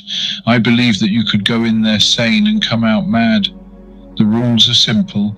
Attack another patient and you will get at least 48 hours in solitary. Attack a nurse and you will get at least a week. In the old days, patients could spend weeks, months, even years in Norfolk House. Some, it's said, never came out again. Only once in the early days did I step out of line, and they put me into Norfolk House for 5 months. I started getting into fights with screws. I was silly. After that, I chose a more sensible path, and I have not been back since. Norfolk House is ugly. From behind its barred windows you can hear the cries of the patients, cries of anguish, the torment of pain, not physical pain, but something far worse, mental agony. I got through my first 3 months on the admission ward and was then taken to Somerset House, or Block C as it was called in those days. This was a total contrast to what I had just experienced. Somerset House had its own rules, ward policies and regulations of course, but it was known as one of the friendlier houses in the hospital, and I soon settled into it. My new life had begun, and I began to adapt to it.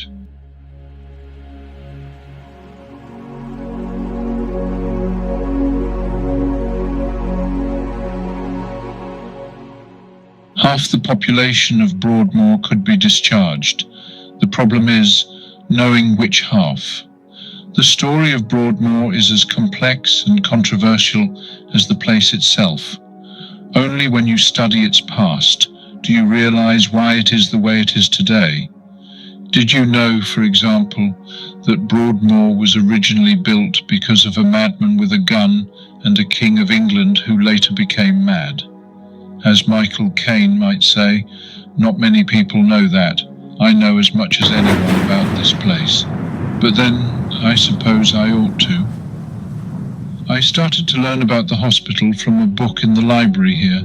It is called Broadmoor, A History of Criminal Lunacy and Its Problems, and it was written in the early 1950s by a man called Ralph Partridge. A lot of the book has become out of date in the past 40 years, of course, and Partridge sounds like a bit of a goody-goody, trying to paint the sort of picture of Broadmoor that he knew the authorities would like. But it was a starting point, with government and health service documents, some of which I shouldn't have seen, newspapers, photographs and conversations with older patients and staff at the hospital.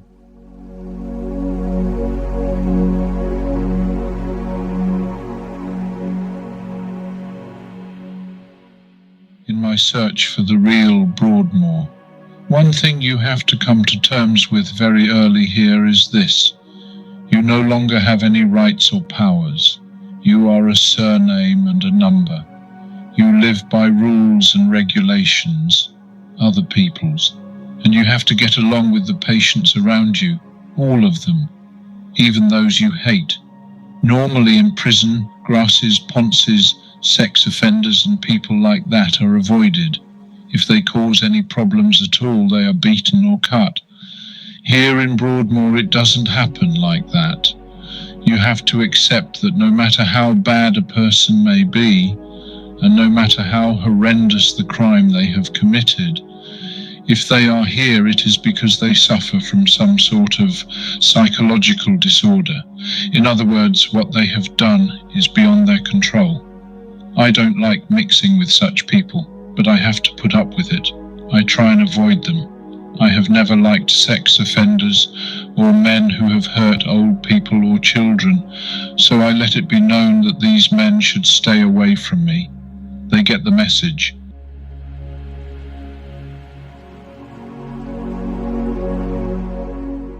Everyone here thinks about freedom, though it doesn't worry me too much, but I still go through the same process as everyone else. Every 3 years you have a compulsory tribunal. The process is very simple. You get your own medical officer's report, your own independent doctor's report, and your social worker's report. You can be represented by a solicitor, but I don't bother. I know they won't let me out, not yet. The tribunal is made up of a judge, a doctor, and what they call a lay person, a member of the public. But you learn early on in your time here that very few people are discharged by a tribunal. The only real way out for a Section 65 patient, a convicted murderer, is if your psychiatrist here is convinced you are fit to be discharged, and if he can then persuade the Home Secretary. Only then will a patient like me be released.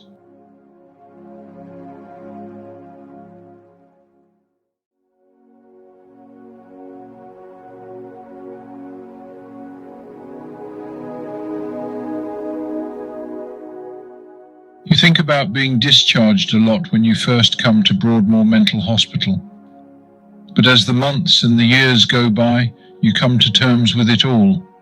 And if you've got any sense, you just get on with it and make the most of your life at the funny farm. Life here has got a lot better for me and the other patients who have been moved into new blocks.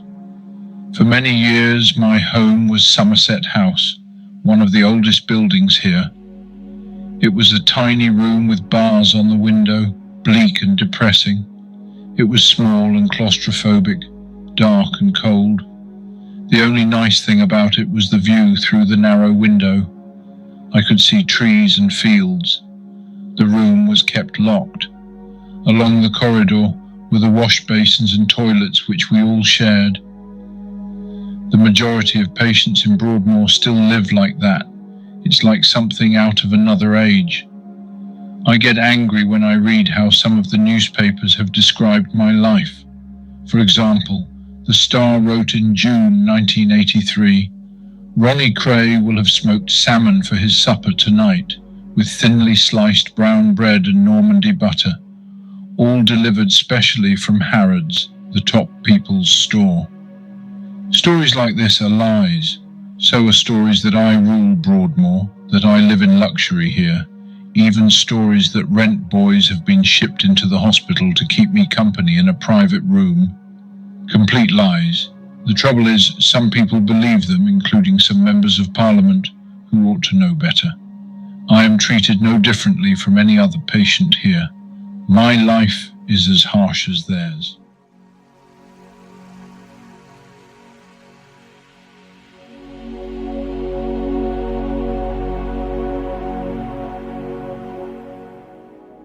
In 1993, The Star ran a story that Peter Sutcliffe, the Yorkshire Ripper, was upset because I have more visitors than him and that my visitors do not have to be vetted. Again, lies. I have the same number of visitors as every other patient and, just like them, all my visitors have to go through a security check before they are allowed to come and see me. Some are refused. These newspaper stories cause me problems here. I have never been treated any differently from anyone else. It took years, for example, before I was allowed to have a small record player in my room. I argued my case with the chief medical officer here at the time.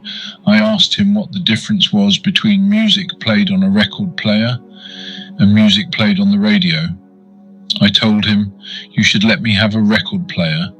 You should let all patients who want one. It will make your job easier because music soothes a troubled mind." Eventually, he relented, and he let me have one on trial, so long as I didn't play it too loud. The experiment worked, and I was the first patient allowed to keep a record player. Now lots of patients have them, and far more sophisticated machinery too. But it was a real battle to win one small privilege.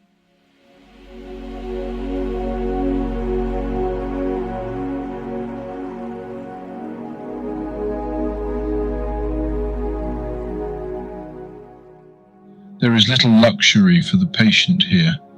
One of our real perks is the hospital shop, where each patient is allowed to have an account which we have to pay off monthly. No one is allowed to handle real money.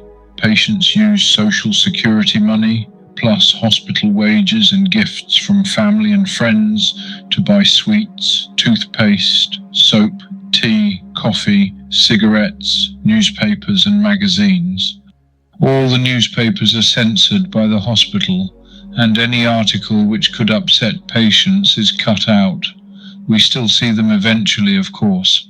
I use a lot of my money to buy writing paper, envelopes and stamps. I get hundreds of letters and I try to reply to some of them. But I wish people didn't write to me. I am grateful for their support and their messages, but it's too much for me to try and reply to them all. For many years after I came here, I didn't do any work at all, apart from cleaning my own room. Now I work in the kitchen gardens 4 mornings a week, growing vegetables and flowers. It passes the time, and I enjoy it. Boredom is the biggest enemy here. There is just so much time to kill. An official government study project a few years ago highlighted the monotony of everyday life in Broadmoor.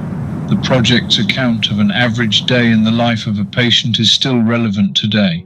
It makes for gloomy reading. It says, "A typical patient's day, summertime, 6:55 a.m. The staff unlock the patient's side rooms and dormitories. 6:55 to 7:20 a.m. The patients wash and dress and make their beds. 7:20 to 8 a.m. Patients go to the day room and have a cup of tea. 8 a.m. Assemble in the dining room for breakfast. 8:30 a.m. Return to day room. Receive medication and make any preparation, if any, to go to the occupation room. 9 a.m. to 11:45 a.m. Patients go to the occupational areas. 11:45 a.m. Weekdays only, escorted by nursing staff. When there, they receive instruction from the occupation officers. Some mornings they may go to the school, dentist, optician, group therapy, or the shop. Return to wards, wash and assemble for lunch. 12 noon, lunch as for breakfast. 12:30 p.m. Return under escort to the ward, have medication, use the day and restrooms for recreation. Such things as having a cup of tea, chatting to friends, listening to the radio, or watching television, or reading library or private books, or writing letters. The choice of activity at this time rests solely with the patient, since this hour is an official break from required activities. 1:30 p.m. Assemble and return to the occupation area, the procedure to be followed, as mentioned before at 9 a.m., until 3:40, when the patients stop work and wait for the checking of tools and materials in the occupation area by the occupation officers. 3:45 p.m. Return from work departments. 4 p.m. Tea, as for breakfast, patients counted. 4:30 p.m. Return to ward, have medication. Bathrooms, side rooms, dormitories, washrooms and tea room doors are open by staff. The patients may have a bath and may use the restroom or recreation area of their choice on the ward, or they may wish to do their domestic work, such as washing their clothes or other private linen. Washing machine, tumble dryer and drying room are provided in some wards. 6:30 p.m. Assemble for a visit to the house garden or airing courts for fresh air and sunshine. Proceed under nursing staff escort to the garden where they may indulge in tennis, badminton, football practice, gardening, or they may wish to have a purposeful walk with one or more of their friends and fellow patients, or they might just wish to sit or lie in the garden and relax. 7:20 p.m. Return to the ward and answer the day roll call. 7:30 p.m. Have supper on the ward, served by nursing staff. Continue indoor recreational activities or personal domestic chores. This, patients may do with or without staff participation, although staff observation is maintained throughout the day. Available to the patient at this time are card playing, record playing, cassette tape replay, table tennis, snooker, watching TV or listening to the radio. All activities are observed by staff and supervised where necessary, so that individual patients may derive maximum benefit when they participate. 8:30 p.m. Change from house clothes to bed clothes and dressing gowns. 8:45 p.m. Report to the clinical room for night sedation. 9 p.m. Go to bed and be locked in rooms.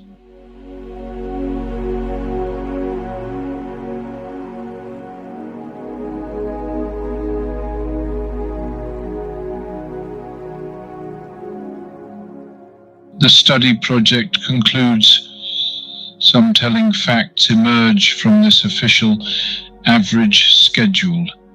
Apart from medication and the periods devoted to occupational therapy, the bulk of the day is not spent in any kind of therapeutic activity. It is left to the environment to improve the patient. The authorities would probably say that this report is now out of date and that things have improved in the new Broadmoor. Well, so they have. But the patients here will still tell you that there is an awful lot of time left to kill, especially for those who can't or won't work. The general manager, Alan Franey, has done his best to improve the facilities and conditions, and he has succeeded. But there is still not enough equipment or staff, and there never will be, because there's never enough money.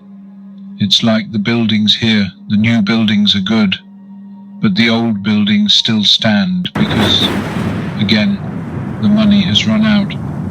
A lot of patients still live in the old part of the hospital. It's a depressing place because the institution is built in such drab colours, dark red bricks and grey roof slates. When it's raining, its gloomy colours reflect the mood of the weather and the mood of those locked up. Even the birds seem to be institutionalized. You don't see them until meal times, when suddenly hundreds appear, and all of them tame and friendly. Like us, it seems they live by the clock. The birds are lucky. When they get tired of this place, they can simply move on. For the patients, it's not that easy, although one or two have managed to get away. Even in these days when security is very tight, and even though the authorities had started to boast, foolishly, that Broadmoor was escape-proof.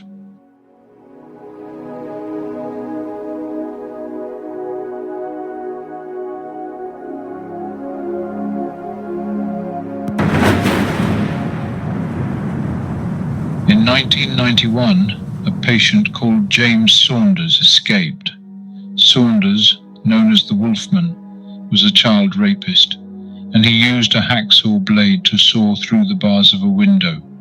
He never said if he got the blade from someone who came in to visit him, or if he stole it from builders who were working at the hospital at the time. A year later, a nurse found a hacksaw blade among the belongings of Peter Sutcliffe, the Ripper. The authorities assumed that had been brought in, and security checks on visitors were really stepped up. At one time, visitors were bringing all sorts into the hospital, drugs, booze, everything, but they've really tightened up on that sort of thing. Nowadays, all your visitors have to be strictly vetted before they are allowed to visit you. Security is paramount. It comes before everything else in the hospital. The staff have been doing it for so long that they have more or less perfected it. There's an old saying in the hospital that if 3 patients were planning to escape, 2 of them would tell their favourite nurse about it. Observation by nursing staff is a key factor in the security, and the nurses know almost everything that goes on among the staff and the patients. Certain patients, of course, feed the staff with information because they think it will make their own lives easier. Such patients are not encouraged. You could say they are discouraged. They are warned and perhaps pushed around a bit if they continue.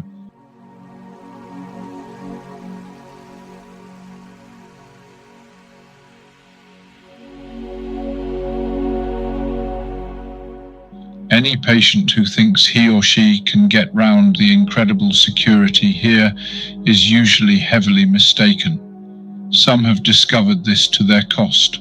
All movement throughout the hospital by patients and staff is closely watched via television and video cameras in the central control room. This is the heart of the hospital, and the staff always know where every patient is at any time of the day or night. If they want to check, they use the cameras to hunt out the patient wherever he may be. Big Brother is always watching, whether you are waking, sleeping, or simply having a crap. Some members of the nursing staff have walkie-talkie radios, and it is their job to let the central control room know how many patients are leaving a given area and where they are going to. At the other end of the transit, another nurse with a radio lets control know that he has safely received the correct number of patients. It's a constant numbers game. If ever there is a miscount and the total doesn't tally, the control room instantly calls for a spot check. At that moment, all movement within the hospital stops, and a total recount of patients then takes place. Nothing and no one moves until everyone has been checked and rechecked. Only when control is satisfied that every patient has been accounted for do things return to normal, and the hospital continues its everyday routine. The wall around Broadmoor is the highest I have ever seen. It is higher than the Berlin Wall and has probably broken nearly as many hearts and minds. The wall has 2 psychological effects on the patients, most of whom, especially in the early days, think about escaping. Firstly, how do you scale such an enormous obstacle, 30 feet high at its lowest point? Secondly, the bigness, thickness, and solidness of the wall is designed to make patients feel comfortable and secure within it. It is like a big red blanket all around you. It smothers any desire to escape, except in the most determined of people. An infrared beam goes around the wall as a further security measure. The beam is so sensitive, it can be broken even by a small bird or bat flying through it. Nursing staff patrol the wall, and if the infrared beam is broken, it immediately alerts control, and another spot check is called for. Once again, the whole hospital grinds to a halt. It happens often. No patient ever does go over that wall, though. If and when anyone does get out, it's through the bars, and the spot check will quickly reveal who the missing person is. Then the staff have to carry out a complete search of the hospital and the grounds. Not easy, and it takes time, because the hospital is big and there are many hiding places. The grounds are bigger still, 416 acres in all, including 53 acres within the security perimeter. While the search is going on, the police are alerted, and a photograph of the missing patient is sent by fax to all the police stations in the area. Sirens are sounded to warn local people that a Broadmoor patient is on the run.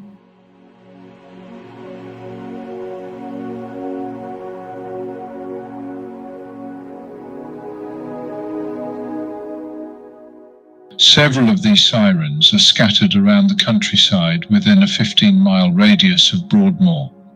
Police roadblocks are also set up. Like I say, it is not an easy place to escape from, though it has been done.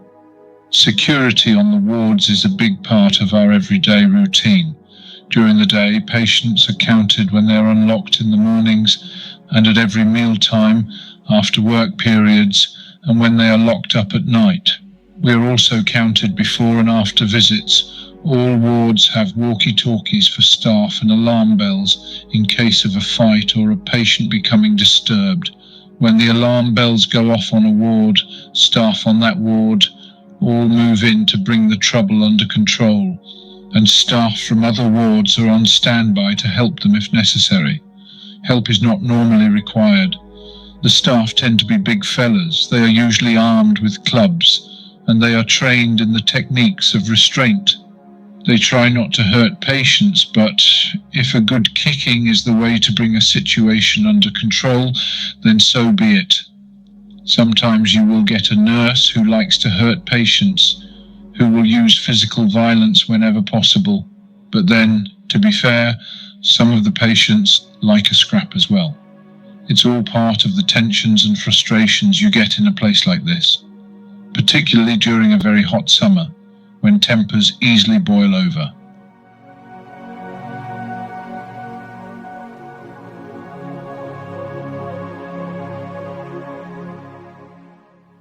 Fire is another risk, especially in a place full of arsonists. If the fire alarm goes off, all the staff and patients on the affected ward are counted up and then moved to a safe area. The fire brigade always sends round 3 fire engines within minutes. All the security and alarm systems are tested every week. Even when you are asleep, you are checked by staff every 15 minutes throughout the night. They look through the spy hole in your door or even open your room up if they want to. It's all what they want. As I said, if you are a patient, you have no rights. But even the security here was put to the test during the massive changes in the autumn of 1990. That was when I, my friend Charlie Smith and other patients from Somerset House were moved into a brand new block called Oxford House. Charlie and I were told we would be on Henley Ward on the first floor. The move took 4 days. Everything had to be packed in boxes and then moved by lorry to the new building. But it was worth all the aggravation because the change it made to our living conditions was incredible. In Somerset House, we all had to slop out every morning. We never had our own toilet. All the washing and toilet facilities were down the end of the corridor. 4 sinks for 30 patients, and not even the toilets had any privacy. Our rooms had no facilities at all. The place was always cold. Our new rooms have toilets and wash basins. There is no more slopping out, which I believe should be banned from every hospital and prison. It is a degrading thing. It takes away a man's dignity. The new rooms are like a large plastic mould. They are easy to clean, and we even have a built-in wardrobe. In the old rooms, you had to hang all your clothes on a hook on the door. You can have the curtains and bed covers you want as long as you pay for them, and ornaments and photographs.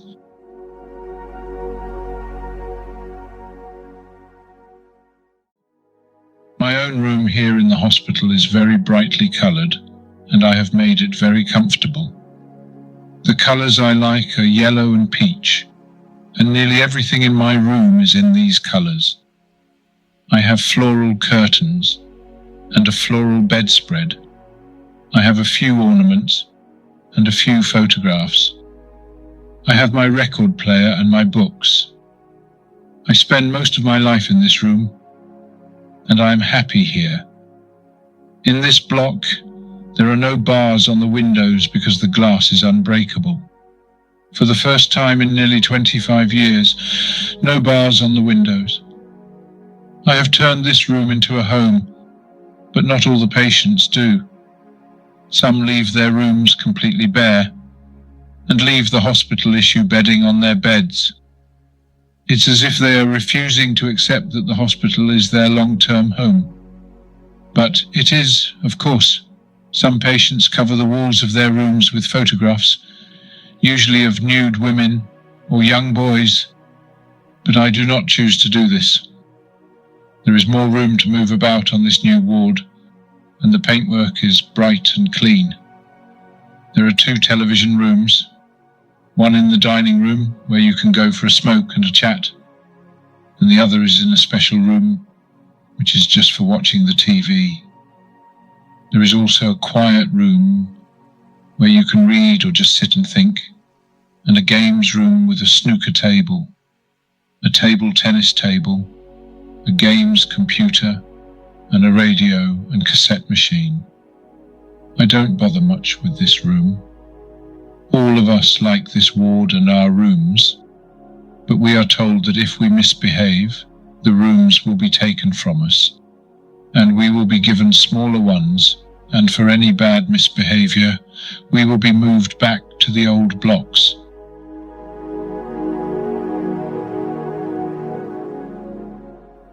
Another reason we don't want to move back is that in this new ward, we have our own laundry with washing and drying machines, and a good shower and bathroom. It's not like life on the outside, of course. It can never be that, but it's 1,000 times better than what we had. Now I expect some people on the outside, including MPs, will be saying what I have described is too much for madmen, that they are making life too soft for us. Believe me, although our surroundings are better, life in Broadmoor is as tough as it ever was. It is a hard place to be. As recently as 1988, the Health Advisory Service compiled a report on Broadmoor which condemned the hospital.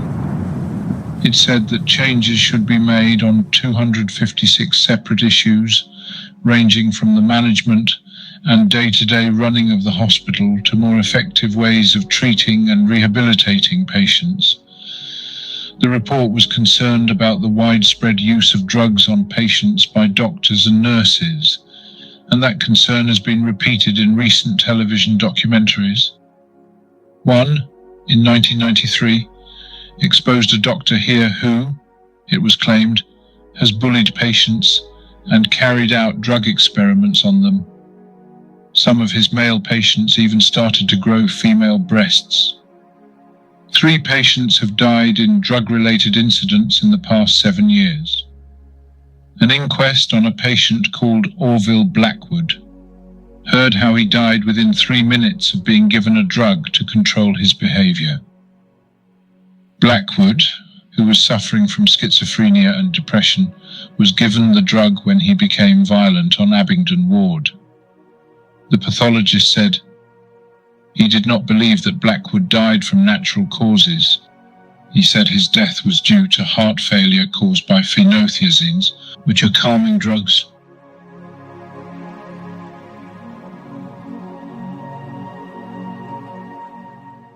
The fact is, a hospital like Broadmoor cannot do without drugs. The question is, are too many used and too often? Sadly, drugs make life worth living for many of the patients here, and I know that they have made my life more controllable. Forget the newspaper stories about drugs being brought in from outside by patients' visitors in massive quantities. That doesn't happen anymore. Ignore stupid tabloid stories about male and female patients having sex orgies. There is no daily contact at all between male and female patients. We are almost totally segregated. The only time there is ever any contact is at occasional dances, but these are strictly supervised and there is no sexual contact. All the same, 1 or 2 hospital romances have started at these dances and ended in marriage. I don't go to these dances. I hate enforced gaiety. I have been married twice, nearly 3 times. Just before we went down in 1969, I almost married a girl I knew in the East End. We were good friends, and we thought it would be nice to get married. But Regis and my life sentence put an end to that. I've always enjoyed the company of women. I like them. Both of my marriages have been in Broadmoor. The first was to a woman called Elaine Mildener, who had 2 lovely children, a boy and a girl. She started writing to me as a pen friend. Lots of women have written to me over the years. Some of them find people like me interesting. I don't know why. Anyway, she started coming to visit me in Broadmoor, and I liked her. We got on well. She wasn't really glamorous, but she was a nice lady. After we were married, though, she got a lot of publicity in the papers, which she didn't like, and it wasn't good for her kids, so she stopped coming to see me. I understood, and we were divorced. I like the feeling of being married. It gives you a feeling of security, and if ever the authorities are considering releasing a patient, they like to know he has a steady wife and a comfortable home to go to. My second marriage was to Kate, the woman who is still my wife. I fell in love with her as soon as I saw her. She had been writing to my brother Reg before she started writing to me. She sent me photographs and I could see she was very attractive. Finally, she came to visit me. She is a very attractive woman, but I love her most because of her lovely personality. She is very much like my mother, and she makes me laugh. She understands when I'm going through a bad time. She has been under a lot of pressure herself because she is married to me, but she handles it well. There is no sex between us because that is not allowed, but one day I hope there will be. I have never made any secret that I am bisexual. I have liked other men, but I am also attracted to women. Why would a woman like Kate marry a man like me? I don't know. You'd better ask her. But it is a fact that many women find the patients here attractive. A lot of women even write to and visit Peter Sutcliffe. Apart from Kate and my brother Reg, my best friend is a patient here called Charlie Smith. He is in for 2 murders, but they were committed while he was under the influence of drugs. And a kind of fella it would be impossible to know. There is a good chance he will be released before long. And I hope it happens because he is still young enough to make something of his life. He is a brilliant guitar player, and with the help of a good friend of ours on the outside, a young record producer called Scott Pine, he recorded an album of his own songs called Caught in Time. Charlie wrote the songs and sang them into a tape recorder in his room in Somerset House. Scott took them away and put the rest of the backing on in a recording studio. It was very good. Both Charlie and I were very upset when Scott died in 1991, and the Broadmoor authorities showed compassion when they let Charlie go to his funeral.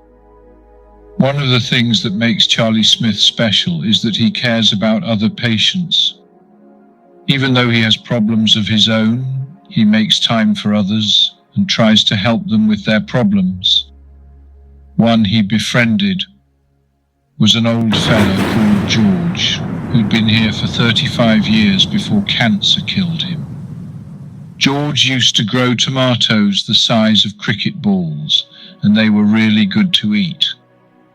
Whenever you met him, George always swore blind he'd been fitted up by the FBI, the CIA, MI5, the KGB, and every government agency he could think of.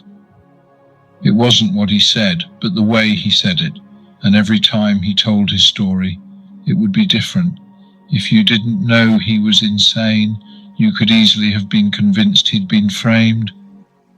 But, as Charlie says, did anyone ever bother to check George's story? Maybe it wasn't beyond the realms of possibility. and it has happened before. The author of Midnight Express knows only too well what can happen to people in the hands of corrupt officials.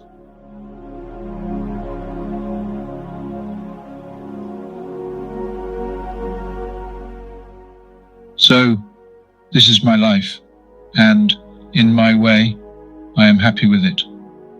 As happy as I can be. My philosophy is this. I believe we are all just like actors on a stage. We are each given parts to play, and we have to play them to the best of our ability. We may not like the role we have been given, but we mustn't grumble about it. It is not up to us to question the part that has been given us. Look around. You will find there are people with worse parts to play, and others with better parts. But we must see it through to the end, to the evening of life, until the sun goes down, and hope for a worthy ovation. We must consider the other actors on the stage, our friends and the people we love, even the people we hate. We must not take for granted the good things about ourselves that God has given us, and the beauty of the things around us for all of us to see. There is none so blind as those who will not see, and none so deaf as those who will not hear. Those are my sincere beliefs. The beliefs of the lifer. The years roll by, and you can see the winter turn to summer by the sky. Home seems far away. How much longer within these walls must I stay? I say a prayer for my fellow men behind bars, who gaze up to freedom at the stars. We think things are bad for us, but there are crippled children who make no fuss. Let us awaken from our sleep and be as free as sheep. Let our hearts soar high as birds in the sky. As we think of being free, as at long last the end of the road we can see. And I would ask you to think about the words of a poem I wrote about Broadmoor. I called it The Troubled Mind. As I walk along the Broadmoor corridors, I see my fellow men trudging the floors, getting nowhere, like a boat with no oars. They all have a troubled mind. Most are looking for the peace of mind they cannot find. Some are cruel, some are kind. God forgive them who have the troubled mind. Only when they go to the great beyond, peace will they find.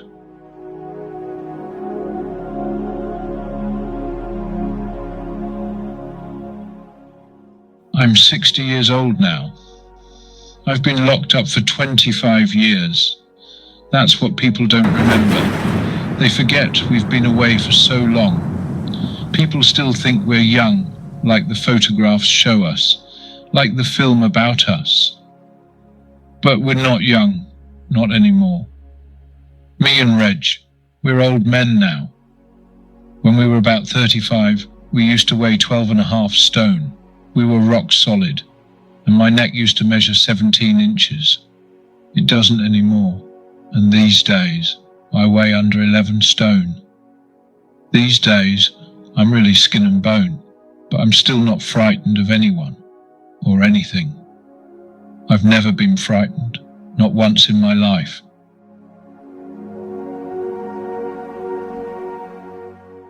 I'm older now, of course, older and wiser. But I'd do it all again. I wouldn't change anything, because your life is mapped out for you anyway, isn't it? But if I had a son, I would tell him not to go into crime. It's a bad thing to go into. Kids should go into sport, boxing, football, running. They can make money at it, and it's good for them. Sport is a good thing. Crime is no good. I can never escape from my notoriety as a criminal. I hit the headlines yet again, in June 1993. The Star devoted most of its front page to a story headlined, "Ronnie Kray chokes nutter." Their story said, "Gangland killer Ronnie Kray has tried to strangle another Broadmoor inmate. The victim was seconds away from being throttled to death when staff prized Kray's hands from around his throat. The facts are these. The doctors at Broadmoor were bringing my medication level down. They were trying to see if I could do without my drugs. This was a difficult time for me, as my body tried to adjust. I was depressed. The weather was hot. The atmosphere was oppressive. I was doing all right, but a patient called Lee Kiemender kept trying to wind me up. Everyone here regards him as a pest. Normally, I would just have told him to fuck off. Unfortunately, with all my problems, when he kept trying to G me up, I just snapped. I went for him. I didn't really hurt him, but I could have. I think he will stay away from me in future. The authorities at Broadmoor didn't punish me because they knew they were partly to blame for the problem. My life still goes on as normal. My medication is down a bit, which is a good sign. But the publicity I had over that incident will almost certainly count against me in the future. I don't worry too much about that. I hope it won't badly affect Reg though, because this had nothing to do with him. It's just another chapter in my story, I suppose.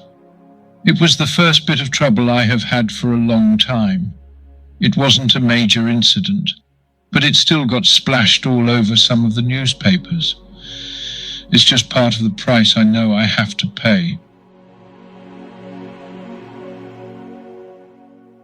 I don't think about the future anymore. It's too late for most things now. My life is here now. This is my life. It's all there is. It's all there probably ever will be.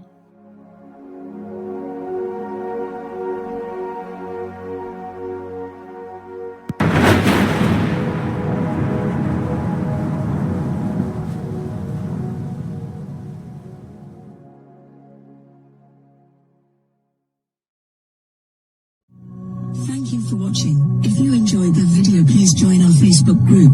It's called Krays Crime Lords of London. We're a friendly moderated group with over 1,000 Kray and other celebrated gangster videos available for view. There's also thousands of images in the photos sections. The link for the group is in the YouTube description section. I hope we see you there soon. Leave a like and subscribe.